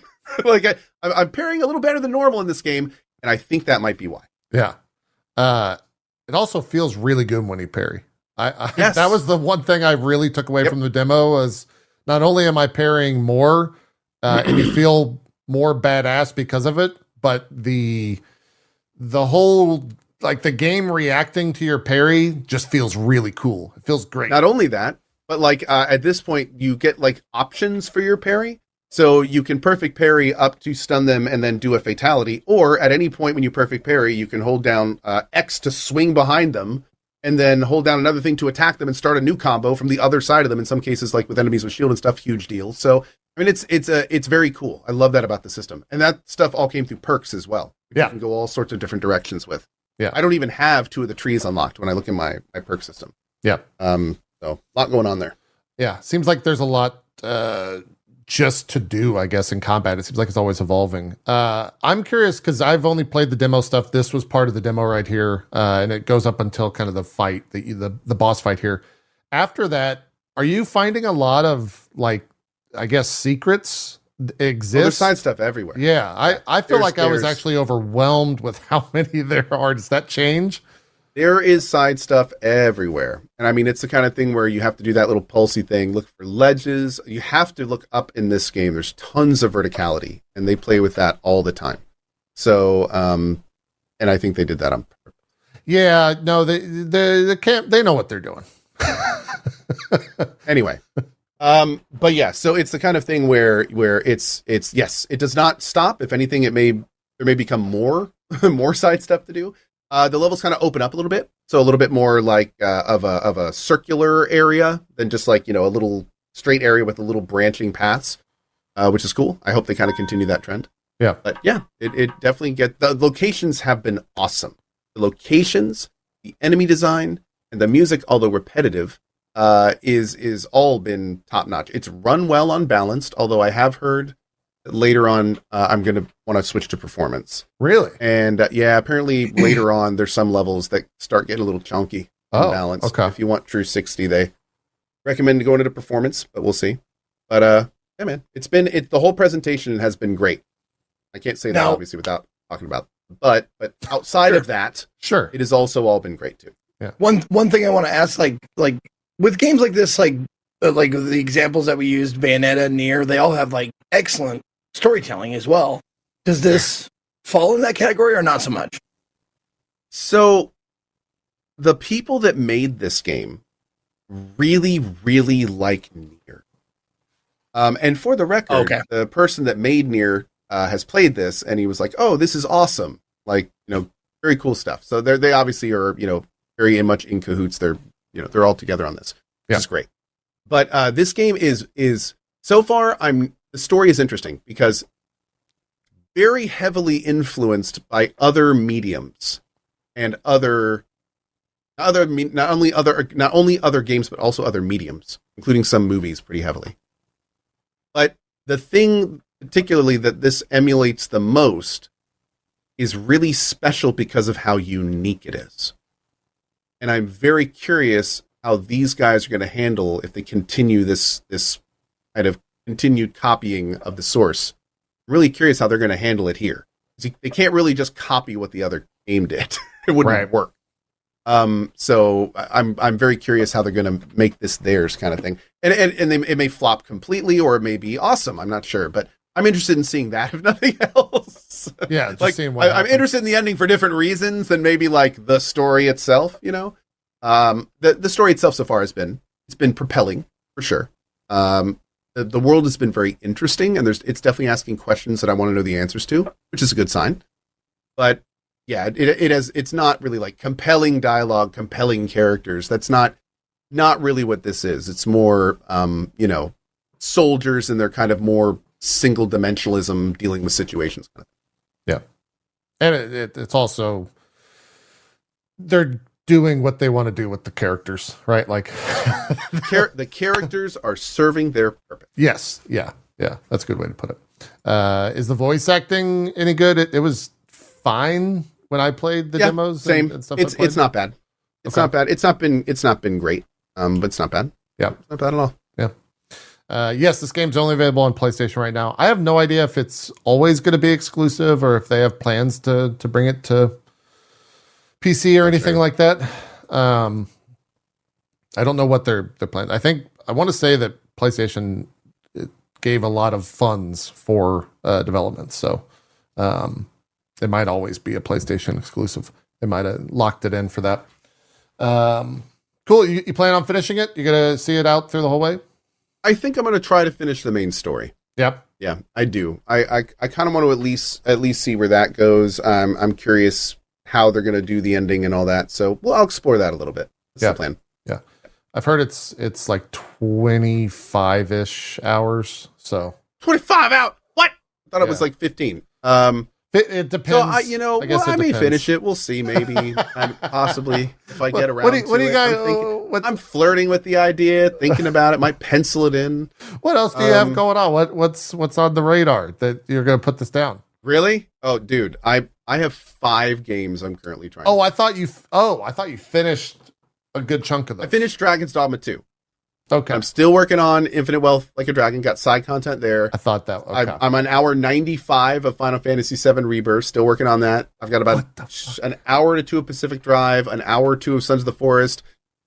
And I was gonna just do the main story of Rise of the Ronin, but then I had to go and be freaking amazing. So now I spent the last 20 hours doing full completion in the main area, the first main area. So that's been rude. Okay.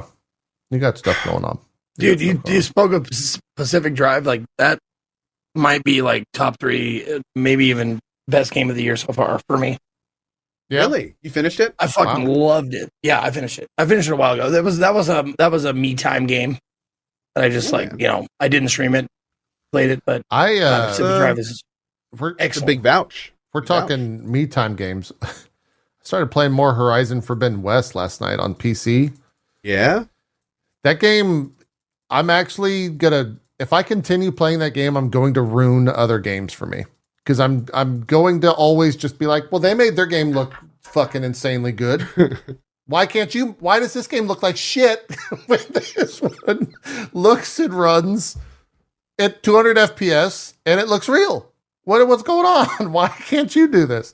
So I gotta be careful with how much I play that, because it will actually hurt other games by association, which is not a good thing. Association. But yeah, that might be my my offline game for a little while there. But I do want to try to finish Stellar Blade. But a lot of the stuff that I like, all the outfits are apparently secret stuff, right? So you have to like go and find all of those rather than getting them through main story. Is that true? Do you know? Oh, okay. No, not at all. I've gotten 2 additional outfits. Okay. I'm pretty sure one was during the course of the main story. I mean, I don't think it's going to like hold your hand and lead you to them, but if you're looking inside areas and stuff, you'll find them. Yeah. I've absolutely found at least one extra one. I'm just curious how much extra stuff is in the secret / side stuff, I guess is. Well, the thing is just there are tons of different resources, and you have like rigs that you can then upgrade. You've got your main stuff that can be upgraded, your slots, your gear slots, that kind of stuff. You've got the vendors that you can work with. So there's lots of like currencies and different materials that you're kind of collecting to do different upgrades. And those upgrades are very meaningful. In some cases, adding like, I just found a defensive one. And the 3rd upgrade makes it so if I'm blocking while under 20% health, I heal. Oh. That's pretty good. Oh, cool. Great. And then the rest of it is like more defense, more shielding, stuff like that. So, and then those, you can have apparently later multiple of those. So then you want to upgrade multiples to kind of, keep up with those. So there's lots of different little things to find that kind of filter into different mechanics and systems in the game. Cool. Okay. Yeah, I'm excited to play more. I'll probably play a little bit after the show today before I get back to packing. But I want to put a couple more hours into it just to see the game, to get past where I was in the demo a little bit further. Ethica Tank just said, I have 35 outfits so far, and at least 25 of them are from exploring/puzzles only. Holy shit. 35? That's a lot of outfits. Wow. And that's, so are the outfits all cosmetic, or I know that there's ones that are like cosmetic. There's the one that's like if you wear it then you don't have armor, and that's like that's not a cosmetic. That's not cosmetic. That's just removing it. Okay. So the only two modes are you have a suit on or you don't. If you don't have a suit on, you apparently take more damage. It's like a hard mode, secret something. I'm not really sure how it works. I haven't played with it. Okay. But if you have it on, it is purely cosmetic, and there are zero effects associated with them. Cool. There's also 4 other slots that are like that too. You get like I think some glasses and earrings. Okay. All right. I think the other question I have for you, and maybe you haven't put enough hours into it to really say, where does it stack up against Liza P?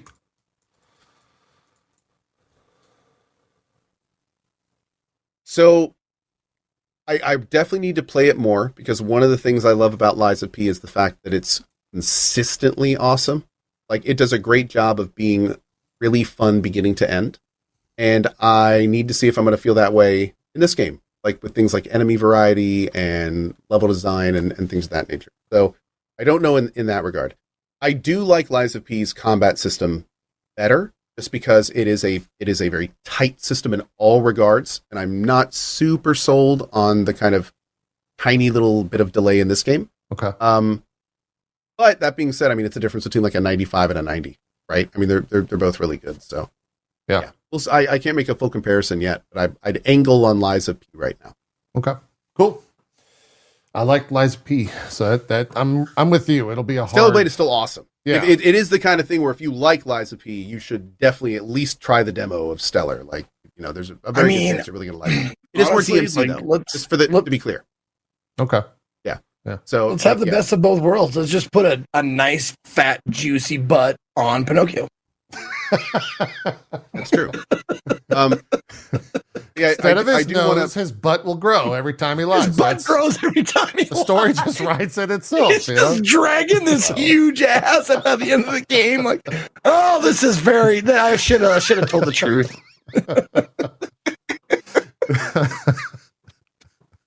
Wow. Nice. Anyway, nice. But before we move on from the Pinocchio ass growing conversation, the thighs of P. I like the thighs of P. Thank you for that.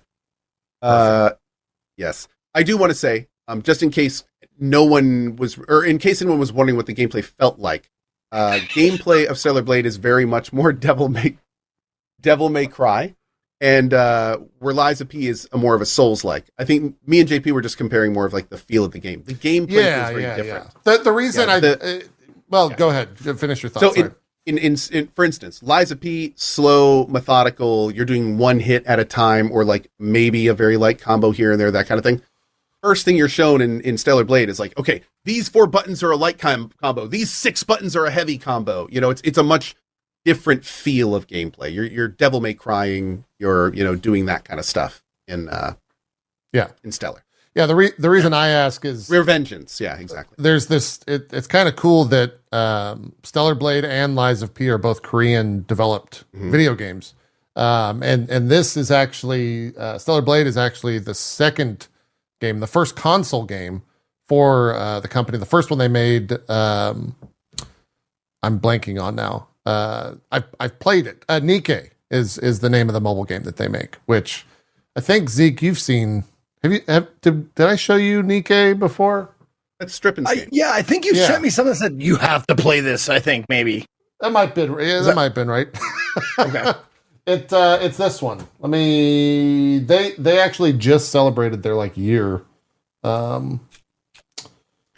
year of existing. I'm trying to find gameplay for you. Hold on. But you can very much tell once I show you the gameplay that, of course, they made Stellar Blade. Like, of course they did. Yeah. Here you go. Here's very early gameplay of Nikkei, the mobile game. Oh yeah. Yep, that's exactly what I remembered in my head. I was like, aren't they just like firing guns and then you can see their entire ass? Yeah. Yep. There it is. Okay. Yeah. And this game also, I think, is like top 3 on mobile in terms of earnings. Like it's right behind Honkai and Genshin. So I can see why. Yeah. Great fantastic assets. If Nikkei paid for Stellar Blade to exist, which it seems like it did, let's go. Hell yeah, man. Keep selling the Nikkeis. Give me some more Stellar Blades. Some people enjoy like a vista from the top of a mountain. Some people like a nice warm sunset, like butts, man. Some people's sunsets are butts. That might be the most apt statement you've ever said. See, some people's sunsets are butts. That's going to go on your gravestone. Or as my chat said, bun sets. Oh. Bun sets. Yep. Bun sets. Not bad. Bun rises. Not bad. Bun rise, bun set.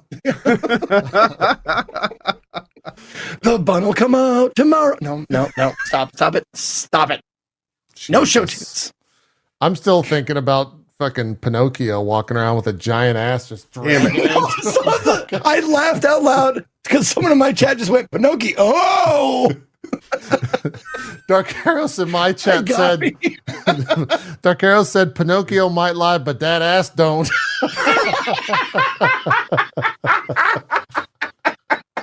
And it actually makes sense in the context. Yeah, it's good. That's great. That's really good. All I'm saying, they need, look, Stellar Blade devs and Liza P devs. That's amazing. You guys got to collab. All right, you got to collab. April Fools, it'd be great. Good. Yeah. I can't believe that fits so well. I can't believe that. Yeah. I refuse to believe how well that fits. They got to do it. I refuse. They got to do it. Zeke, you're doing your 10th anniversary month for kind of everything on your channel. Anything? How did Boshy go? How was Boshy? Terribly. Yeah. Okay. This is one of those things that I had like a retro or a introspective moment where I'm like, God damn, sometimes we look back at shit with like rose-colored glasses. You know, you look at it and you're like, okay, it's hard, but I can do it. And I realize again, it takes like every once in a while I have to go back to it and re-figure out that I'm not having fun doing this. This is like the game itself up to that point was challenging, head smashingly difficult at times, but I got through it. And this is the last fight in the game. Yeah. I mean, save the optional fights, because people are apt to tell you like, oh, this isn't even the hardest fight in the game. There's the Cheetah Man fight. Like, fuck you. Shut up. But this is the last fight in the base game, and it's like super difficult, especially like for me. I beat all the things up to this point, and I've spent probably, I don't know, 25 hours trying to beat this at different points. Yeah. Like in my life. And I just realized, like, after 4.5, 5 hours, I don't remember how long I streamed it. Like trying to beat this guy. Yeah, something like that. And I just realized, like, I don't care. I don't want to do this anymore. It is not fun for me. Like, this challenge is not fun because, I mean, it's not just pattern recognition. There is, like, random shit in there that can, like, fuck you. And it's also, like, 3.5 phases. Yeah. So I got past the first phase once because it's just such a fucking mess. And it's like flashing lights and screen shake make everything hard to see. It's just like, fuck it. I'm not doing it anymore. I'm never doing that again. It's miserable. by the second hour, I was miserable, and I was miserable for the next 3. Like, I was like, you know what? And I turned it off, and I looked at my chat, and I went, it's a hard realization sometimes when you realize that you're never, ever going to dunk a basketball on a regulation hoop. You're never going to do that. You're never going to be able to jump high enough to do that. No matter how much you condition or like, I'm never going to beat Boshy. Like, that is not going to happen. I am not skilled enough. And that is a hard realization to come to, you know? Yeah. Because like every game I've ever wanted to beat, I eventually did beat it. And this is one of those where I'm like, not going to do it. I'm not good enough. And that's fine. I got to just be okay with that. Yeah. And I'm trying. I'm really trying to be okay with that. Yeah. I the only thing I can relate to that is the Fatalis stuff. Because I was definitely in that stage where you're just like, I'm not. Fun has left the building. Yeah. And now I am just filled with sadness and not can fun. you take it off the screen? It's making me ill to like. No. I get it. Wait, look, this is the gameplay. It's these 5 scenes, and he probably just dies once there. Yeah. Yeah. So I can't. That's as far as I can relate. And I still think this is like on another level from that. So yeah, I've never. Tons of people have beaten it. I'm just saying I'm not those people. Sure. I like if I like. If you saw how many hours I sunk into Modern Warfare 2, this is well before streaming.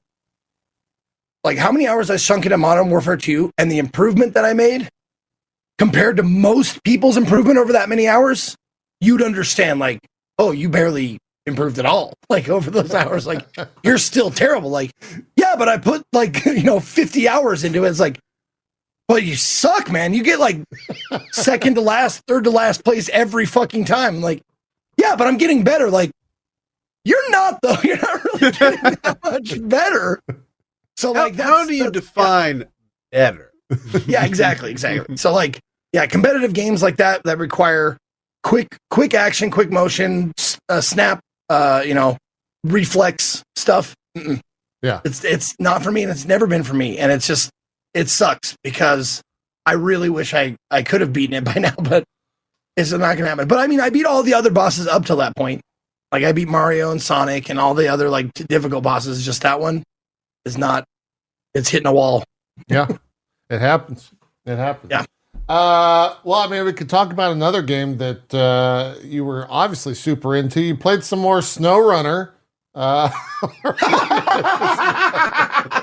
did. Why did I do that? Why did I have a day of games that make me mad? The amount of people that came over to my stream were like, Zeke's playing Snowrunner. It was the Matrix meme. It was the Matrix meme all over again. Zeke's playing Snowrunner. You got to check it out. I was like, guys, I don't know what I was playing, but I just went back to playing. I'm streaming right now. Yeah. Don't somebody go watch somebody else. Yeah. Still not fun. Still didn't enjoy it. Honestly, like I played it with the wheel again, knowing that it's not the optimal way to play the game. Uh-huh. And I played it like mostly, like I think I slotted 2 hours for each game that day, which the 3 games or the 4 things that I did that day were Getting Over It, Only Up, Snowrunner, and Blackjack. Things that make me mad. Because like over the 10 years, like that's kind of an MO for me, Yeah. is I get pissed off at shit. So I had a day for like games that I never wanted to go back to, but I figured this is a gift for you guys. And judging by how many people came over to your channel and like, hey, like, it was a good gift. People enjoyed that gift. People were very into it. And also like, I felt bad not giving the wheel some more time because it's not a cheap periphery. So I'm like, oh God, I better get JP's money out of this. Well, here's on the wheel again.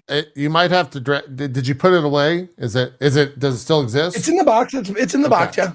You might have to get it back out. Did you see the big announcement this week? No, maybe. What is it? For who? They for the Snowrunner franchise. They are. Is it Mud Runner?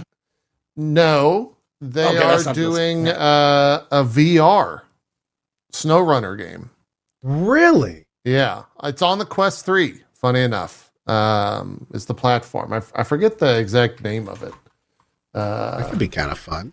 What is the name of that, chat? There was. I gotta find it. Is it Mudrunner VR? Is that it? Yeah, here it is. It is Mudrunner. Yeah. No, people have like, you know, they tweeted me these things. Like, hey, did you see this? Yeah. This is I was going to say, VR. Zeke probably has more people tweeting him about SnowRunner stuff than anyone else. That's probably true. Yeah. He doesn't even play it. I'm curious how this works. It seems a lot more like holy fuck, you have to actually get out of your vehicle. It's more granular. Up your, my God, it's more granular than like SnowRunner, which is already incredibly granular in a lot of ways. So yeah, that's apparently a thing. So you might once again, I will say these games are for people who have never experienced a mountain climate winter. Or like a boggy, muddy road that you like. It fucking sucks. It's terrible. Isn't it great that they can experience it through the power of video games, Zeke? No, that's why I'm guessing that's why some people enjoy it. It's because like, oh, I've never had to deal with this. Oh, is this what it's really like? Like, yes, but you actually have this Mudrunner thing. Just blew my mind because it's like, oh, we're going to simulate you getting stuck in the fucking mud, bottoming out on something, and having to get out of your fucking thing in the freezing ass cold and go like fucking take the winch from the front of the fucking vehicle and like winch it around something, or you have to wait in your fucking cold ass car and call somebody and be like, hey, Chuck, can you come over? Yeah, I bottomed out again. Can you come bring the winch? Thanks. And then you have to wait for fucking half an hour because Chuck is, you know, he's fucking unemployed and he's got to get showered and changed before he comes and gets you. And then he brings his fucking winch over and then the fucking thing breaks trying to get you out of there. So we have to call a tow truck anyway. I don't want to, sim. You know what? I don't want to sim for that. I'm realizing you've had some traumatic events that I was going to say. I think we got to unpack some layers here. Yeah, you might need to bring this up with your therapist in the next session because that was a journey. What would Optimus Prime do? What would Optimus Prime do? What would Optimus Prime do? Oh man! Wow. Yeah. No, it's just like I'm sure there are like people out there who understand what I'm talking about. In not just in this game, but like in other sim games, like, hey, do you want to play Supermarket Simulator? And people who have worked at like an Albertsons or a Sam's Club or something, like, fuck no, I don't. That is the last thing I want to do ever. Sure. You want to play Power Wash Simulator? No, I worked at a car wash. I don't want to do that. It's true. But now there's all these experiences where they can for those people that want to. How'd your Dark Souls 3 randomizer go? How was that? Dude, that shit was fun. Yeah? That shit was a blast. Yeah, we ran this mod. We were wanting, because I wanted to put Souls in there, because Souls was a part of the 10 years, definitely. Like, I love these games and shit like that. Yeah. And I did, when Dark Souls 3 was, like, newish, I did a run. I was like, okay, Dark Souls 3, I want to do something special. So I did what I called at the time, pick it up and play with it. Which means anything I pick up, I have to equip it. This mod does it for you. Yeah. So, but it also randomizes everything. So like you can get an N level weapon like, right away, but you don't have the stats to use it. So it's like 10 damage, 10 damage, 10 damage with this weapon that's like end game shit. But super fun. And like I put like some caveats on the game. Like if I see something.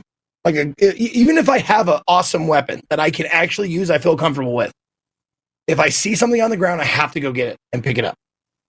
So, and I was like, pointed out to me, it's fine. That's kind of the whole deal. Was like you only get a good weapon or a bad weapon for a short amount of time until you find a new one that you pick up, and it auto equips it. So I was like, you can see, like I have an amalgamation of like gauntlets, a dress. And a big bucket helmet with a fucking two-handed like chunk of concrete or whatever. Oh god, does that mean you're like always at full weight? No, I leveled up my vitality. Oh. So like if that ever were to happen, but no, you're not always at full weight because you can switch out like a plate armor thing just randomly because equipment is randomized in the mod too. So like that auto equips. So like I go like I have a 20-pound helmet and then eventually like I'll find a 2-pound hat. Like it happens. But I tried to prepare for it. Like, okay, I don't want to fat roll anymore. So I'm gonna put some points into vitality. What's it do in a situation like that? You have a 2-hand weapon, you just looted a shield. So like the next one-hand weapon, do you equip it with that shield, or does the shield just never get equipped? Oh, now you just have to use the shield. I was just using two-handed. I was two-handing the shield because sometimes it doesn't work out right. Okay. Because the other caveat that I put on myself was the very last weapon, you have to have it equipped. So if the very last weapon was a shield in one hand, you can do that, or you can two-hand the shield, but you can't get rid of the shield until you pick up something else. So if I pick up another weapon, I can throw off the shield and play with that weapon. You can play two-handed or just that one. Yeah, so if you find another weapon, you can keep the shield and use the new weapon. Yes. That's what I ended up doing. And then if you were to get like another dagger, you could like choose which weapon to drop and then like keep going. Yeah, that's how I played it. Yep. It's just the very last weapon had to stay equipped no matter what. So like a lot of times I would have the last weapon on my left hand, but two-handing the other weapon. Like the second to last weapon or whatever. But it ended up being real shitty. I mean, not real shitty, but real like challenging.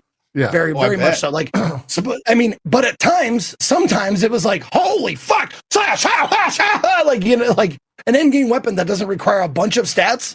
And you just like, we're tearing through people until like you killed them and they fall down and they drop something. You're like, oh no. Then you pick it up. It's like, it's a catalyst or whatever. So you're just like jingling bells and you're like, jingle bells. Yeah. So at one point, I think I had 2 like catalysts or 2 like faith weapons that I couldn't use because they cast faith spells or whatever. So I had 2. So all I was doing was avoiding enemies and running around looking for like fucking things on the ground to like replace them with, which made it kind of frantic and fun. It's like I can't use either of these weapons. My faith isn't high enough and I don't have spells for it. So I gotta go around and like just look on the ground and find drops, because every single drop in the game, except for key items, like the items that you absolutely need to progress, those are static. You can change those if you want, but I left those static. So like the first item you pick up is like the Ashen Flask, the MP flask. So I left those items. But anything else can be one of 1,600 different fucking items. Yep. Like the ultimate loot box. Like every single item is a loot box that covers every item in the game. And the other thing is, the other thing is that once you have had a weapon replaced by a different weapon, it goes against all of your instincts. But with the randomizer, like you just pick up whatever you have, you keep whatever you have. So you sell everything that has gone past. So you end up with a good amount of souls, to level up with, because I'm sure when you play Dark Souls, you don't like sell anything if you don't have to, right? With the randomizer, since I have to play with what I got, like, all of the shit that's like rare doesn't matter. All sold, boss souls, sell. So I ended up like getting up there in levels and being able to like actually hold my own until I met the Abyss Watchers again, and those guys are a fucking bitch. And I was doing okay. I if I would have kept playing, I probably could have beat him, but I was like, I just don't want to do it anymore right now. So I kind of left them unbeaten, but that's okay. It was only for a day anyways. Yeah. But yeah, it was really fun. So the mobs aren't randomized. It's just loot in this one. Just loot. Yeah. Okay. Yep. No. You can randomize like everything. You can randomize bosses and all this kind of shit. But we just did the item randomize. That's how I played Elden Ring during the Thon last year, and I will probably will do another Elden Ring run soon, just so I have a fresher character for the DLC this summer. But I don't. Heck yeah, man. I would hope that I could use, because the randomizer makes it basically a new game. Because I'm like, a perfect example is I'm watching you play this right now. I remember every single one of these fucking mob spawns. I remember how many times I died to that stupid frost guy right before the bonfire outside the door, but you don't know the bonfire's there. So it's just a door. And so you would run down there and fight that guy, and he drops the fucking weapon that I think I used for a very long. So like, I know all this shit. But when you're in Elden Ring randomizer or any randomizer, you can open a door and it's like, here's the final boss. Or like, and here's like, I don't know, the best weapon in the game in a random corner in a random pot type deal. So that's great. That's good stuff. Nice save. What's up, guys? Yeah. So that, I don't know if I could like play Elden Ring again without any of that stuff on, because I'm going to know where everything is. But I don't know if I can play the randomizer and then turn it off and have the world go back to like default. I don't know how that works. I'm going to have to look up into it, because now, when you did your randomizer, like would bosses still spawn in the boss areas and they were randomized, or would they just spawn anywhere in the world? Bosses would spawn where bosses are, and mobs would spawn where mobs spawn. But the mobs could be any mobs in the game, and the bosses could be any bosses in the game. Oh, okay, I see now. Okay, and that even goes for like outside bosses. So like the knights and whatever that walk around on the bridges, those could be anything. Yeah. But typically, what it does is it would make those knights on the bridge all the same type of enemy, as if they were all knights on the bridge. Yeah. So it has like some an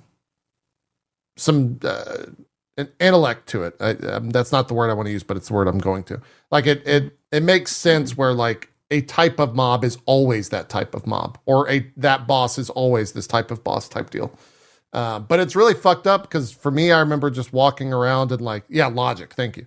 You're walking around in the open world and you go to that the first camp after you meet the first merchant, right before you get your mount, when you talk to the girl or whatever, and you go up, blah, blah, blah. And there's just like giant ants walking around in that camp. And you're like level 1 and you got to deal with that. But it's cool. It made for a really fun playthrough. So I highly, if you're bored and looking for like a Souls game to play and you're not sure which, get a randomizer. They have them for pretty much every major Souls game.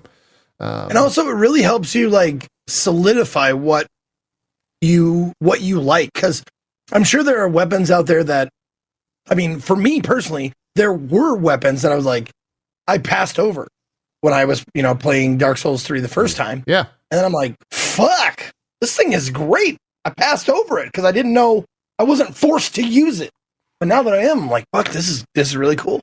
Yeah. It's good stuff. It makes you wonder if they would ever do something like that officially.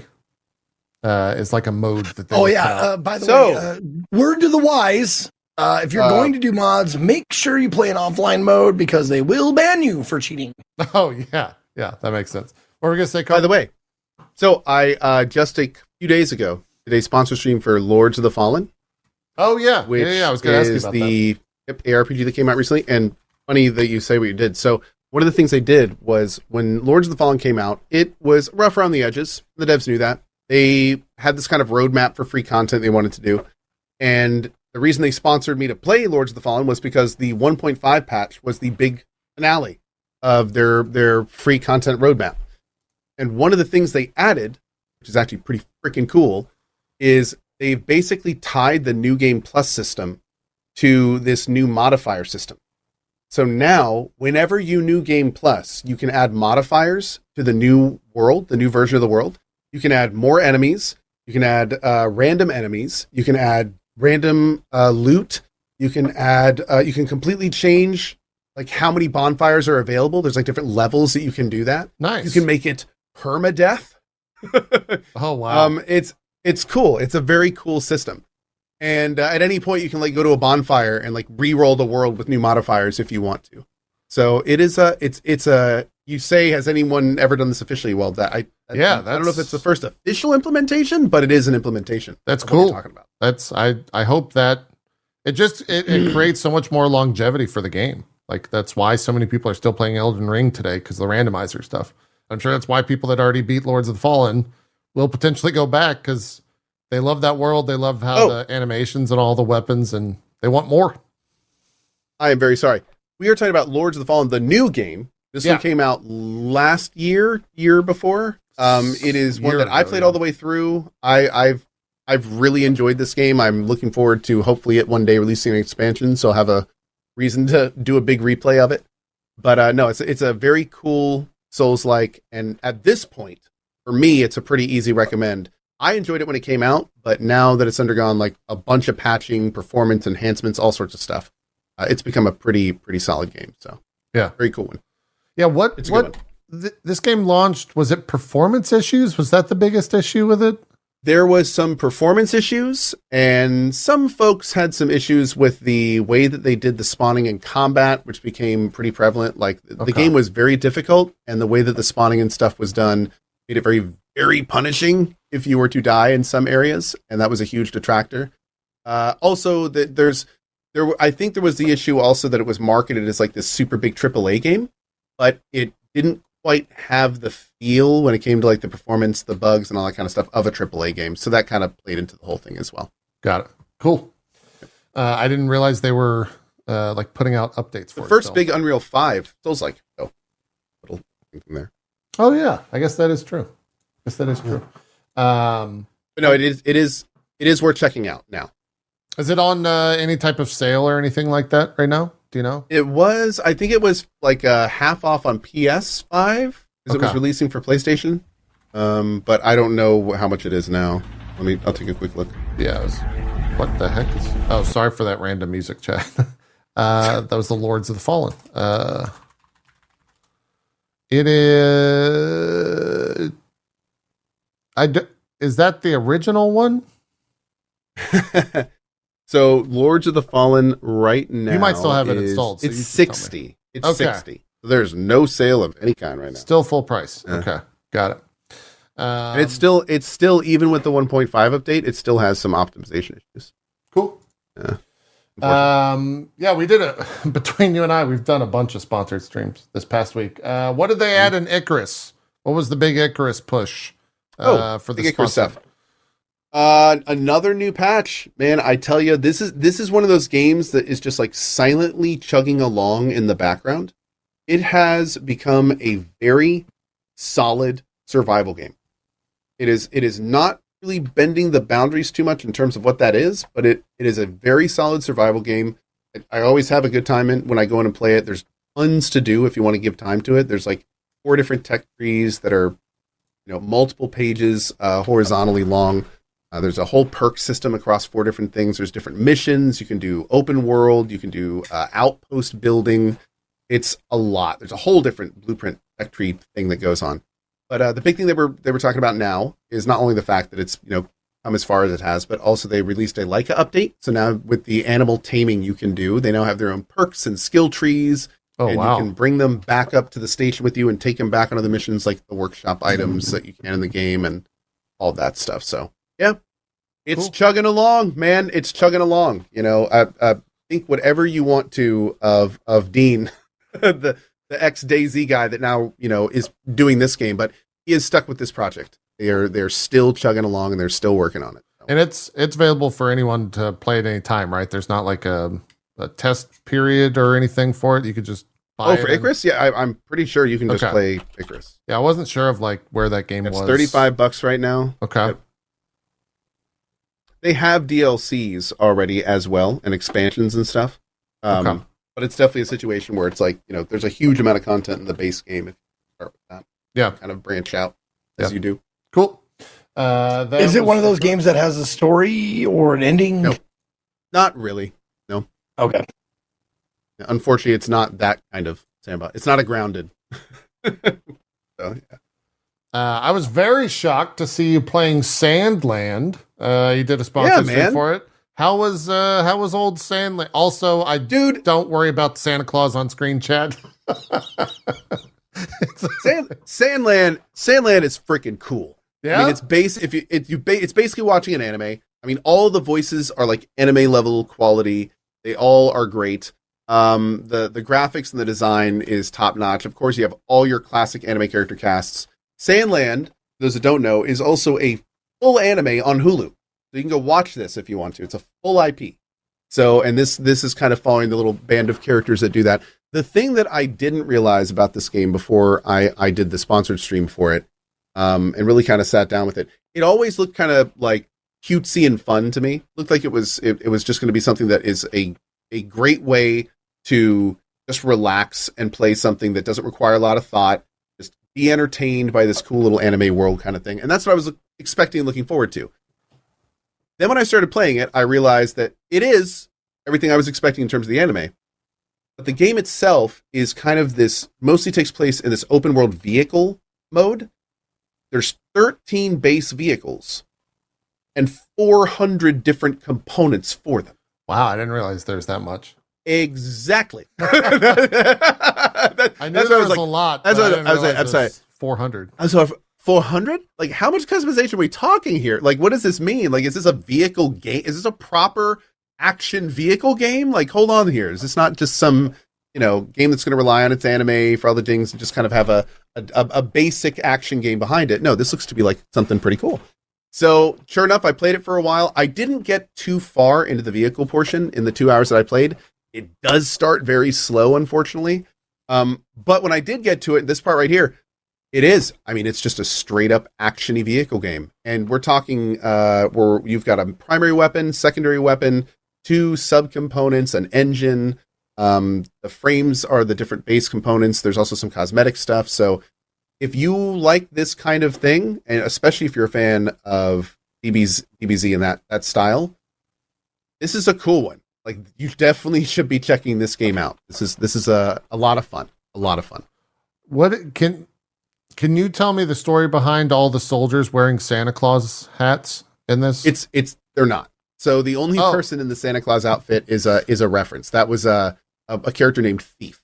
Oh, and okay. If you watch the anime, you get some insight. I did not. Somebody in chat told me this. If you watch the anime, you get some insight into why is looking like that and everything.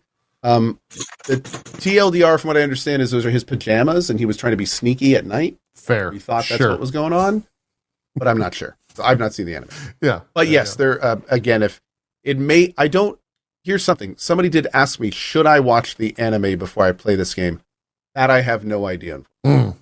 So I'm not sure if it's the kind of thing where you should watch it before you play this. I don't know. Yeah, I don't know. I know of Sandland. I've never watched it. I know it is like Akira Toriyama's first work before. I think it was his first work before a lot of the other stuff that he did. So yeah, and the main characters. I think the main character's name is like Beelzebub or something like that, right? Beelzebub. They're demons. Okay. Yeah, it's the premise of the story is that Sandland, the Earth has essentially been decimated, and demons have fled onto the surface. And the very first part of the game is a demon, your main character, trying to get some water to humans to keep them alive, because he doesn't want the demons or the humans to die off, because then what's he going to terrorize? What's he going to do? Sure, yeah, classic story. Classic.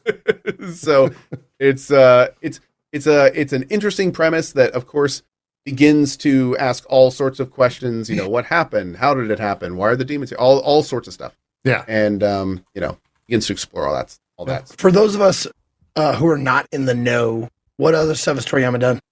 DBZ. Dragon Ball is the big one. Yeah. He is the he is the Dragon Ball guy. So if you want to, and there's many others, but that's the headliner. Yeah. Okay. Yeah. DBZ's the big one. And unfortunately, he Dragon Quest. Okay. As well. Dragon Quest is more as well. Chrono Trigger. He unfortunately, he did unfortunately recently. Yep, he recently passed. However, he did, and the official account tweeted this. He did have a very kind thing about the Sandland game and how much he was looking forward to it and everything. So it was kind of sweet. Yeah.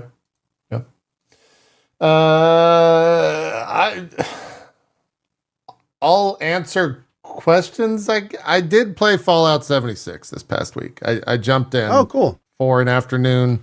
And the rule was that I couldn't talk shit about Fallout 76 for the entire time that I was playing it. because I was playing with two people that were very much into Fallout 76. Were wanting to play. I don't have.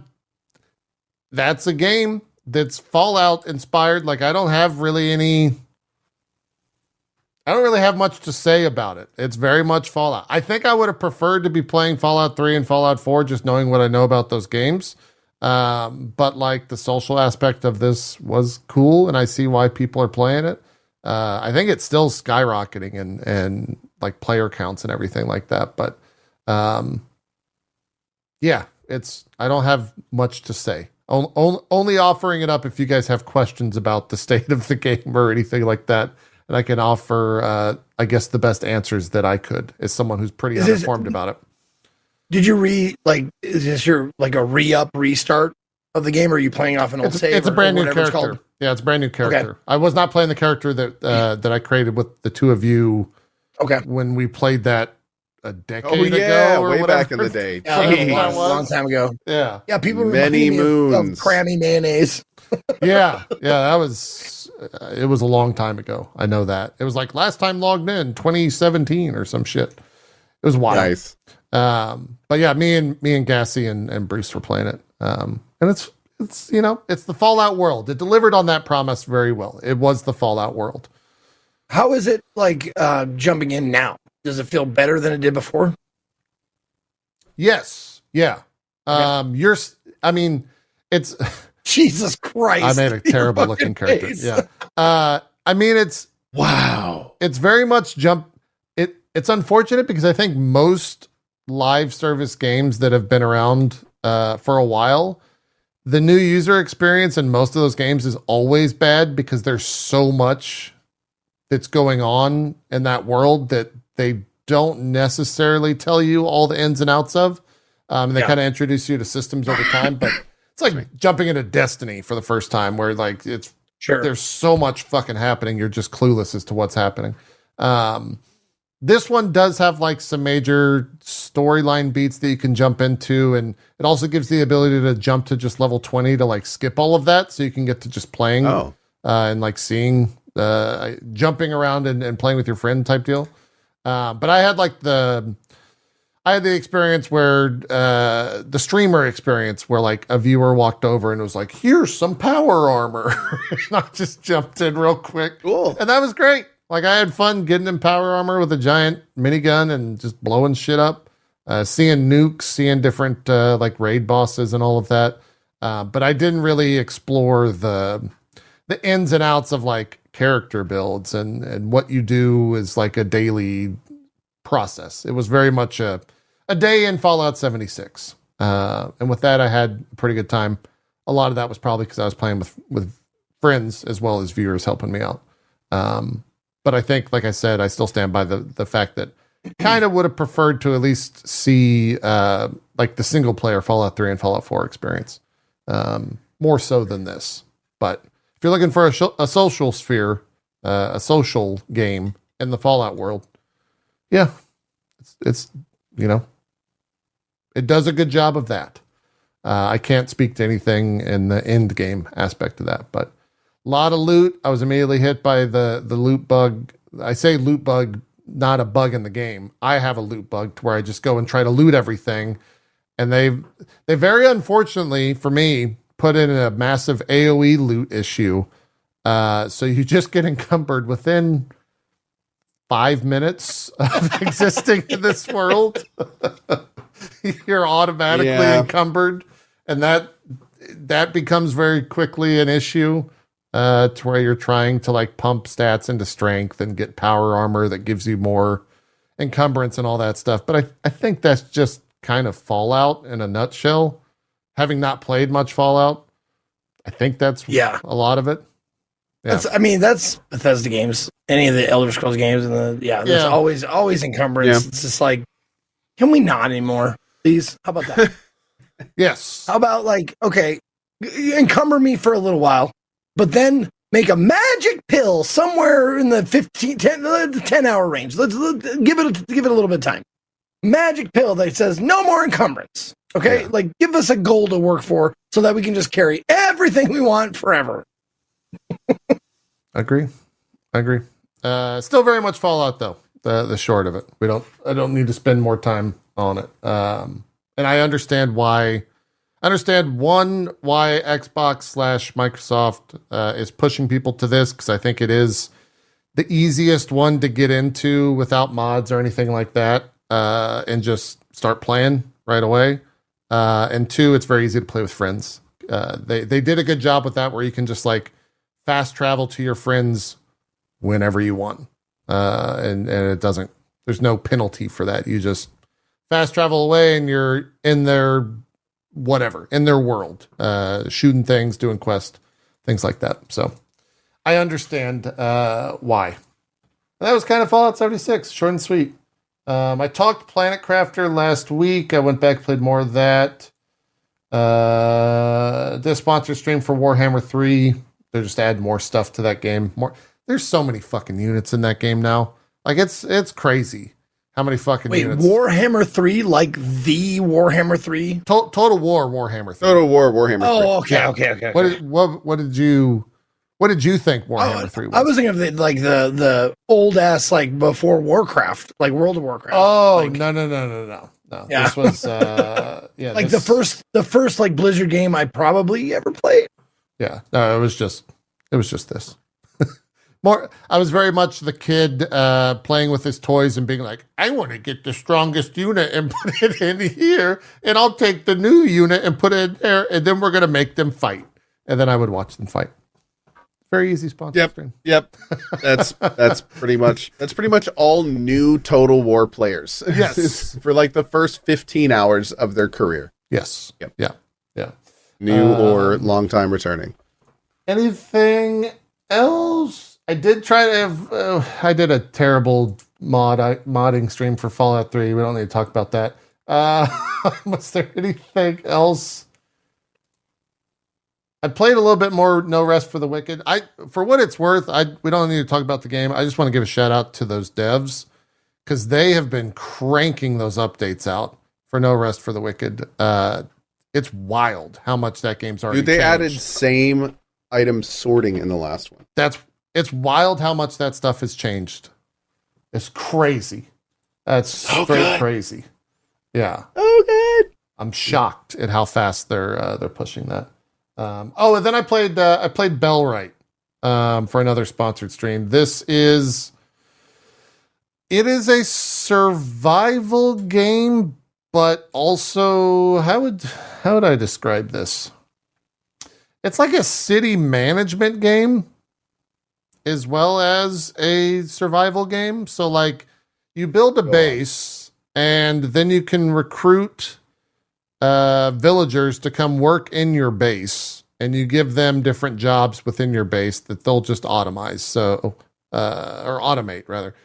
So they'll go and like get wood, get berries, whatever. And you kind of just like progress through all of that. There's combat to it. You get your village raided. You can also have those people that are in your village work as defenders. It's kind of grindy in the ways that you would expect a game like this to be grindy. Not that it was overly grindy, but I spent 2.5 hours with it, and we didn't get far at all. Like we didn't fucking see shit. We built like a handful of things, and we got a bow. And that was 2.5 hours of work. So it's a slow going process in that regard. Sure. Yeah. It was like real life, medieval fantasy. Yeah. Let's go with that. That's like real life. Yeah. Yeah. It was fine though. I think it's, if you're looking for this type of game, you probably already know about this type of game is how I would say it. And I also think that it's unfortunate that Bellwright launched right when Manor Lords did. Because I think Manor Lords, while not really exactly the same type of game, same setting, and a lot of people were playing that because it had 3 million wish list or something like that last week. I think it sold 1 million in the first 24 hours and was sitting at like 170, 180,000 people on Steam playing it consecutively, which pretty wild. Behemoth. Yeah, just a massive, massive behemoth. So this game's early access, just like that. I would assume they're going to continue to update it. This is from the the Lost Oasis devs, which is another survival game that I know Strippin had played a bunch of. And so that's why I agreed to it. But I had not played much of that, so I decided to jump in here. But it actually crashed the Steam purchases. I didn't know that. Wow. That's wild that that game was doing that well. But yeah, that was Bellwright. It was short and sweet. Zeke, if you're wondering if you should jump in, I would say wait a bit. Let them cook before you jump into to this. Yeah, because there is a ton of content. Like I said, I barely saw any of it. But they're definitely still going to be making updates to it for sure. So definitely wait on that one. It's with these games, like there's a reason that I found like that I played through like Pal World and Enshrouded and Valheim and all these other games. It's because they have progression and bosses like that. I've realized that is my that's what I want in a survival game. I like the survival. I like when the actual building helps your character somehow, give you bonuses, something like that. But also, it has to have some sort of goal. Like, I'm not strong enough to face this boss yet, so I'm going to go do some shit until I am. Then I'm going to go face that boss. So I'm not sure if there's bosses in the game or anything like that, like big monsters or anything. Yeah. But if it doesn't, then I'm probably not in. Yeah, I would say that there most likely isn't. It's very very grounded in like the medieval fantasy. That's got 1.0. Be Rising, next man. week. Oh. Yeah. No, that's a the week 8th. and a half. Yeah. It's May 8th. May 8th. It's going to be a big day for survival Rising fans. It'll be good. Some of those updates they've pushed, the multi-tiered buildings. Oh, Jesus. All the bosses. I didn't realize I had 190 hours in Be Rising. Dude, they've added so much to when I first played it. So much. So that I will probably jump into that. And do a brand new character and all that stuff. Seems like it's gonna be a lot of fun. Yep. 132 hours for me. Damn. I think I'm only rocking 50 or so. Let's see. Yeah, dude. Multiple full playthroughs. 53 is what I've got. Yeah. Yep. I only touched that game. Just got a new update with Ashlands. Yeah. Did either of you check that out? I didn't see any streamed content of it. No, not yet. No. Okay. No. I know if I start that, it's gonna be it'll take over your life. It's gonna be trouble. I can't do that right now. I can't ride that dragon right now. Thankfully, the last time I played was in last December, so just a few months ago. So I'm not super fresh, but I still I have a save or a character that is up to that snuff. And Ashlands, apparently, you need to have beaten the content before it. It's one of those gated things. You have to beat this particular enemy to get a particular thing. Yeah. To progress into the new area. You need the antler from the first boss to make a pickaxe. Yeah. Same thing. Same kind of thing. So the placeholder that was there, because I did that content. I was like, you beat the thing. Here you go. And it's a glob placeholder. You're like, oh, because that's all it says. It's coming soon or something. You're like, oh, yeah, I got the MacGuffin. Great. MacGuffin obtained. Yeah, there's someone in chat's rightfully pointing out they ended the Hades 2 technical test already. So there's a pretty strong chance that we see that in May come out on early access. They straight said that once that wraps up, early access will be soon behind. Yeah. So we could see it. Where do you guys sit? Are you jumping in early access or are you waiting for 1.0? I don't know. I'm kind of on the fence with that one. There's not much out in May, so I might just bite the bullet and jump in, but I also don't want to overdo it to where 1.0 doesn't feel as special for me. I don't know. There's a line in Oh Brother, Where Art Thou? Where he George Clooney's character is offered a squirrel on a stick or whatever. He's like, you want that? He's like, nah, that'll just wake up my appetite without putting her back to bed again. And that's Hades 2 right now. It's I don't want it to wake up my appetite without putting it back to bed again. It's true. You could just start a Hades 1 run. Get that and just do go for it. It's a go for it. That's right. Which you probably want to do before 2 anyway. For story purposes, maybe? Just Just cuz. Yeah, it's fun. An excuse to play Hades. Yeah. I don't Right, want to exactly. I want the thing. I want the thing in my hands, the whole thing. Yeah. I wonder how Hey, long you want to bite a hot dog? No, I want a hot dog, please. How long was early access to 1.0 for them? Was that 2 years? Or was that a year? I remember they were an Epic exclusive for a year. Yeah. When they hit Steam, was that a 1.0? I don't recall. I don't remember. Probably be less this time. Well, how much? I didn't play I didn't get into the tech test. Did either of you get into the tech test? I don't know how much content there was there. Steam was the 1.0. Okay.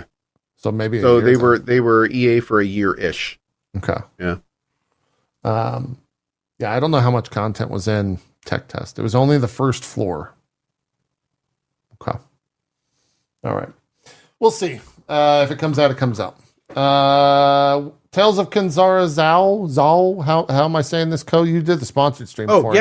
How did I butcher it? Tales of Kenzera. I messed it up. Zao. Tales of Kenzera. No, I got it. Did we just have a stroke? Do we have a combined stroke? No. I was trying to remember how it was pronounced. I believe it's Tales of Kenzera. Zao. Got it. How was it? It was great. It's a solid action platformer. It is definitely here's what I will say about it.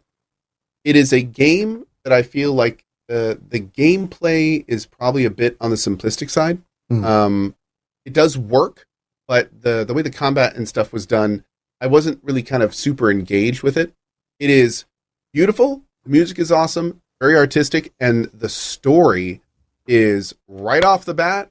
Like, we're talking real big tearjerker / we're talking relationship stuff. Wow.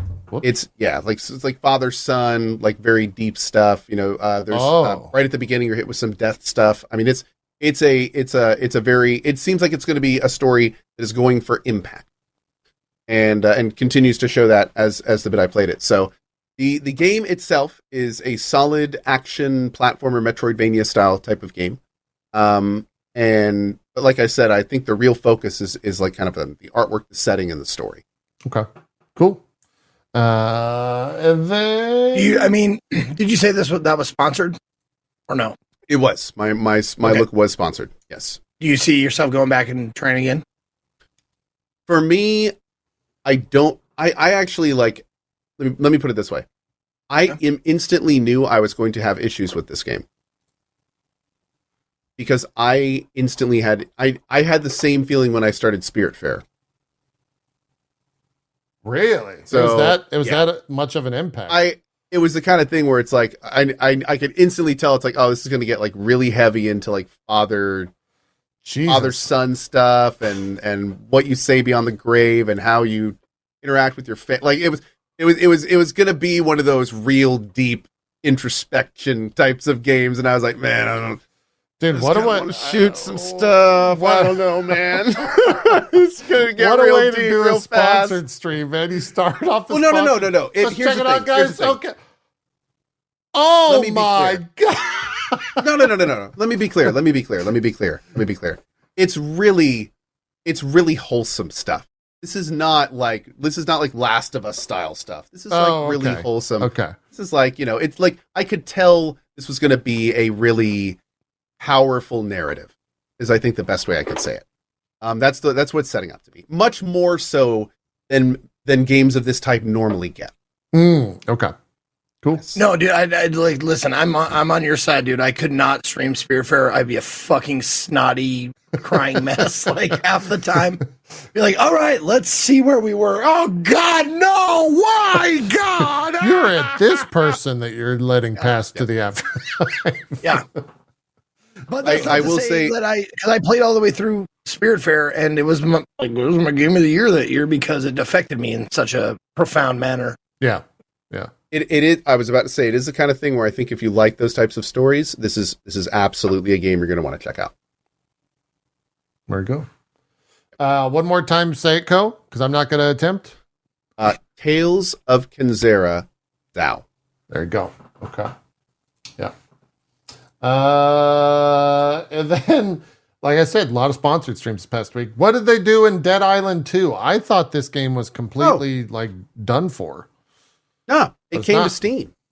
Yeah, that's what the big. That was the big thing, and a new expansion pack where they it's called So LA, which is basically they recreated a giant music festival with all of its different regions and areas and attractions and things like that. And there's a whole little story that goes through there. So it's more Dead Island 2. It's still exactly what it's always been, just ridiculous zombie chopping fun. It is still to this day probably one of the best dismemberment systems in a game like this, which of course is very important for zombie games. No, you're right. To be real, that's a big factor. I laughed, but you're right. And absolutely, and dismemberability, I believe, is what the judges called it.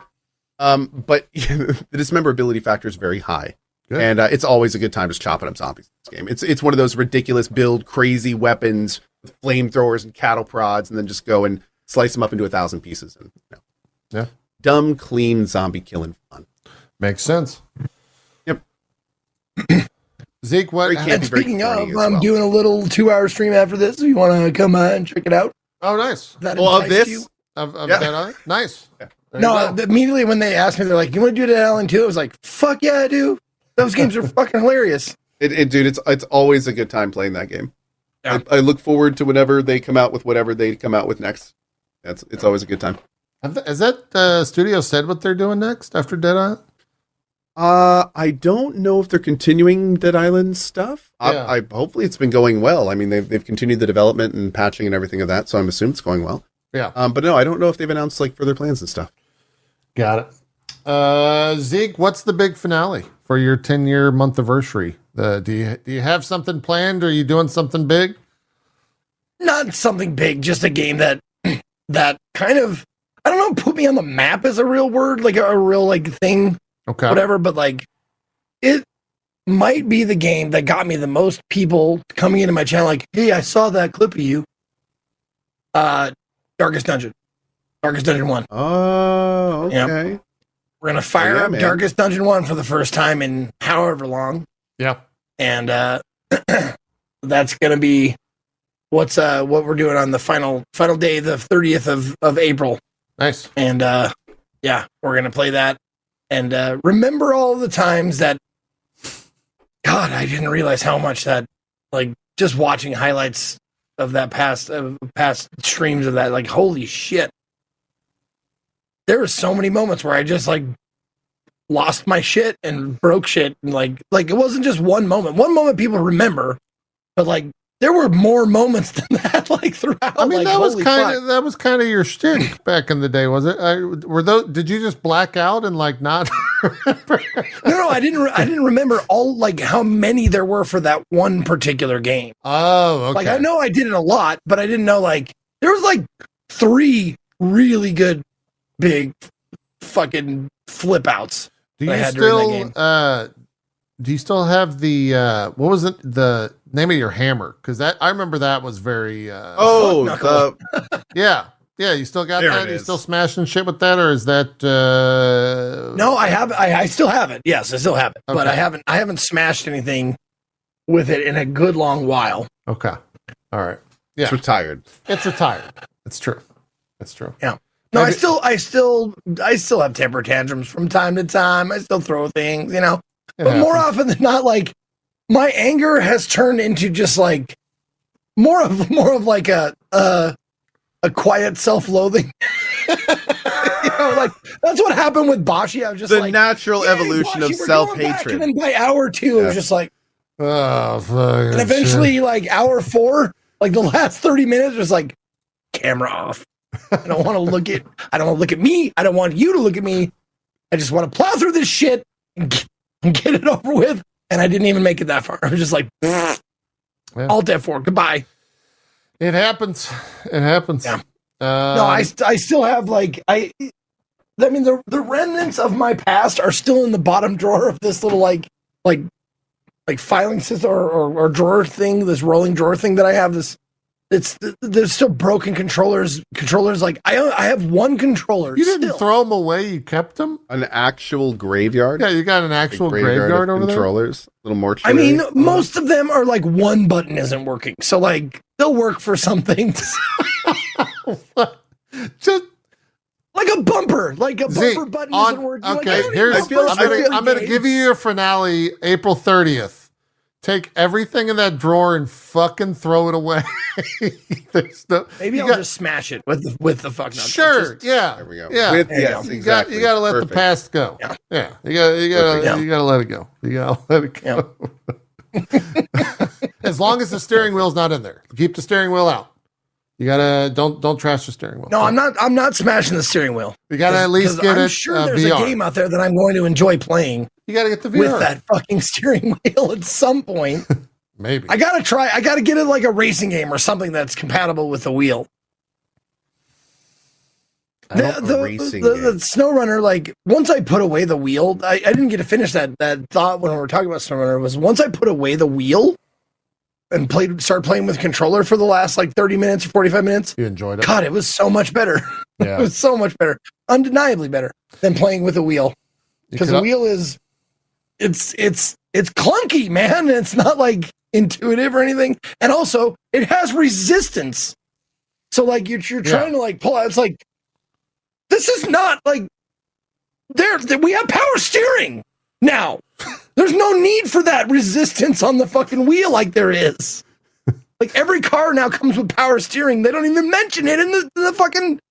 You know, it's like mentioning that you have windows that you don't have to roll down. Like you don't need to mention that anymore. But Snowrunner with the wheel doesn't have power steering. Fair enough. Yeah. You could always play Dark Souls 3 with a wheel. Oh, yeah. Someone did that. Yeah. I mean, people have played Dark Souls 3 with like a banana. Like actually not kidding. I'm not even kidding you. No, that's they actually did that. They did that. Well, cool. We can unless there's something else you guys want to bring up, we can wrap up show a little early. Is there I saw an inkling in your eye thinking about it. I replayed. I actually finished. Do you remember that police mystery game that I talked about a little while ago with the police women and like the big boobs and big butts and like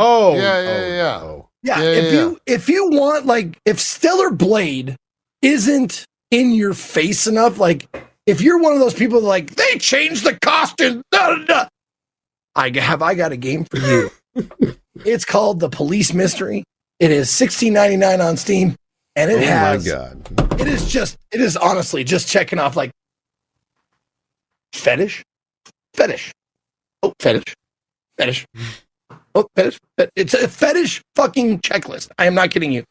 And I just wanted to bring it up because I don't know if I told you this or I mentioned this ever, but like my most viewed anything, VOD, YouTube, anything, is a TikTok video.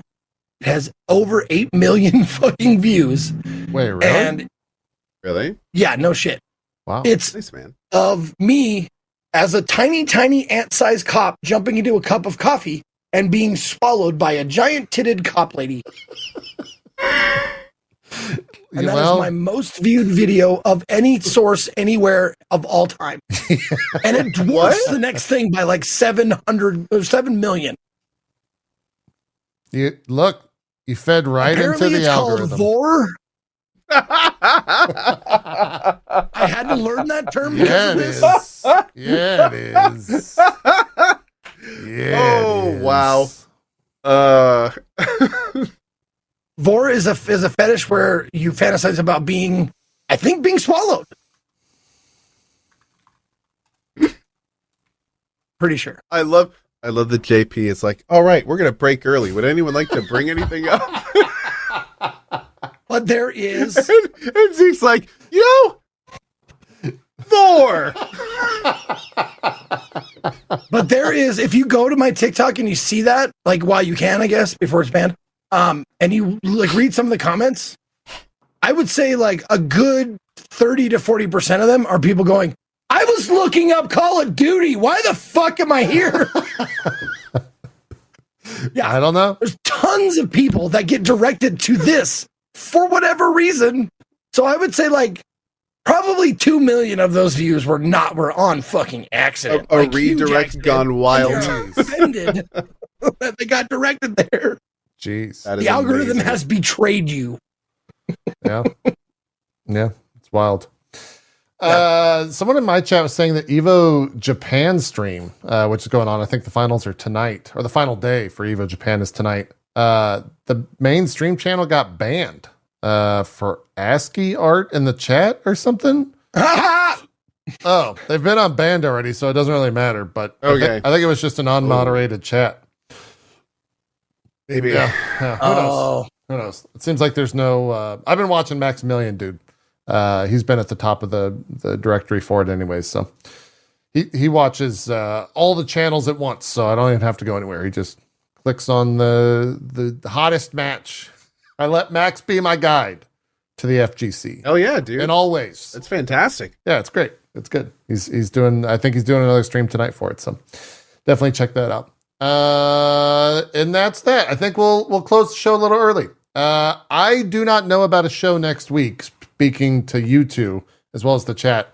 My move starts on Wednesday. You'll be moving, man. Yeah, my move starts on Wednesday. I get there on Thursday. Then there might be a chance that everything gets set up, but there might also not be a chance that everything does not get set up by next week. So I'll let you know. Let's plan on not doing it, and I'll tell you otherwise. There you go. Yeah, let's have a zero pressure situation. Just focus on that, and if the stars align, we'll jump on. Yeah. Sure. Everything should be good to go on Friday, but we're already running into ISP issues, so we'll see what happens. Oh. Yeah. Yeah. Luck. Google Fiber got out to the house yesterday, and they're like, yeah, your fiber line doesn't work.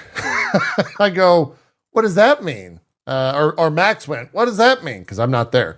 He goes, well, we're going to have to completely give you a brand new line. Oh, how long will that take? And they're like, 36 hours, 48 hours. It's like, I don't believe you, but we'll see. That's not believable. Yeah. No. We'll see a new fiber line in 48 hours, huh? Yeah, okay. We'll see what they do. We'll see what happens. I don't think so. So yeah, we'll plan on no show next week, but there is a small chance that everything gets set up and it's all good. And we'll see how that goes. So let's do some shout outs. Thank you. Yeah, looking forward to them. It should be a fun drive. Zeke, what do you got going on? Doing a sponsored stream, right? That's correct. What's up, everybody? My name is Ezekiel the Third. You can find me at /Ezekiel_III on Twitch, Twitter, and YouTube, or Ezekiel the Third, all spelled out, on Instagram and TikTok. Thank you guys very much for watching. Thank you to Co and JP for being my co-host every week here on the Drop Frames Extravaganza Show Blowout, whatever we're calling it these days. Yeah, that's it. Thighs of P. We're calling it Thighs of P now. Thighs of P. If you want to check me out, I will be streaming directly after this, as JP mentioned. I'll be playing some Dead Island 2 for a couple of sponsored hours. And come on down. Like, I haven't checked the game out yet, so I'm looking forward to it. Dead Island was a fun Zed killing game, so I'm looking forward to playing a little bit of this.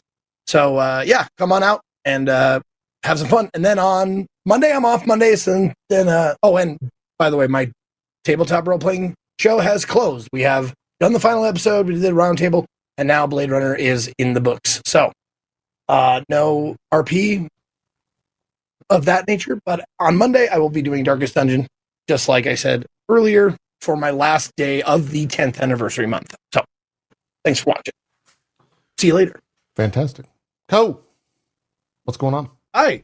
As always, big thanks to JP and Zeke. My name is Co. Hello. I am off the rest of tonight, although the cozy stream would normally be around 6:30. We now do the daily rerun then, so you can tune in then on /Co if you want to hang out with the community. I'll be back tomorrow morning with Stellar Blade, and then we'll figure out what we're going to be doing throughout the course of the week after that. So as always, thanks for watching, and I will see you next week, if not before then. Go watch Zeke play Dead Island 2. That game's a lot of fun.